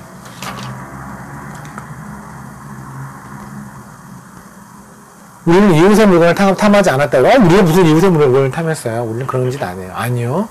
예수로 만족하셨어요? 하나님으로 만족하셨나요? 배가 부르세요? 막 배가 부르세요? 그리고 더 이상 이제 없어도 돼요? 그거 없어도 돼요? 그 집 안 가도 되고 그 차 없어도 되고 괜찮아요? 그만큼 괜찮으세요? 예수님께서는 내가 너를 나로 채우리라.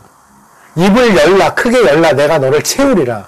나로 채우리라. 채우셨잖아요. 하나님의 영이 들어왔잖아요. 예수의 영이 들어왔잖아요. 성령님이 들어왔잖아요. 그런데 배고프잖아요. 무슨 일이 있는 거예요 우리 지금? 왜 우리는 허기졌죠 맨날? 왜 예수로 충분하지 않죠? 우리는 왜 늘 이웃을 탐하죠? 그리고 급기야 나 혼자 그런 것도 옆에 사람들한테 얘기를 하죠. 너는 지금 안정하지 않아. 너는 이거를 가져야 돼. 이 학교를 가야 돼. 이 직장을 가야 돼. 그래야 너는 되는 거야. 예수만으로는 안 돼. 예수 플러스 뭐가 있어야 네가 이 삶이 되는 거다. 라고 얘기하는. 하다못해 우린 그러잖아요. 예수로 가득 찬 사람보다 예수도 있는데 세상적으로도 이름이 있고 무슨 사자 들어가고 뭐 있고 이런 사람들도 부러워하지 않나요?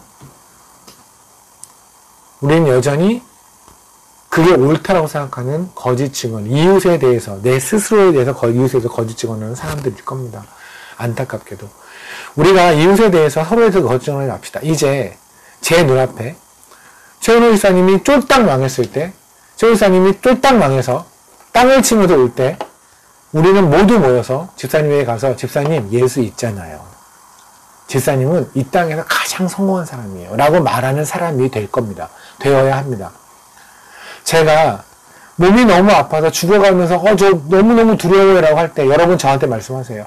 영생을 가지셨잖아요. 천국이 있잖아요. 괜찮아요.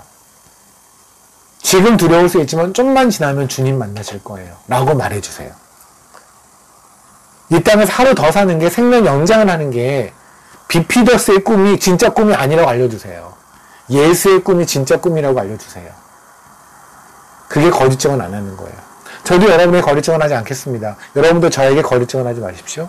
우리가 서로 만나서 제가 토요일 예배를 하면 정말 더 만나서 더 인커리지 시키고 하는 시간이 다음 주도 있을 거예요.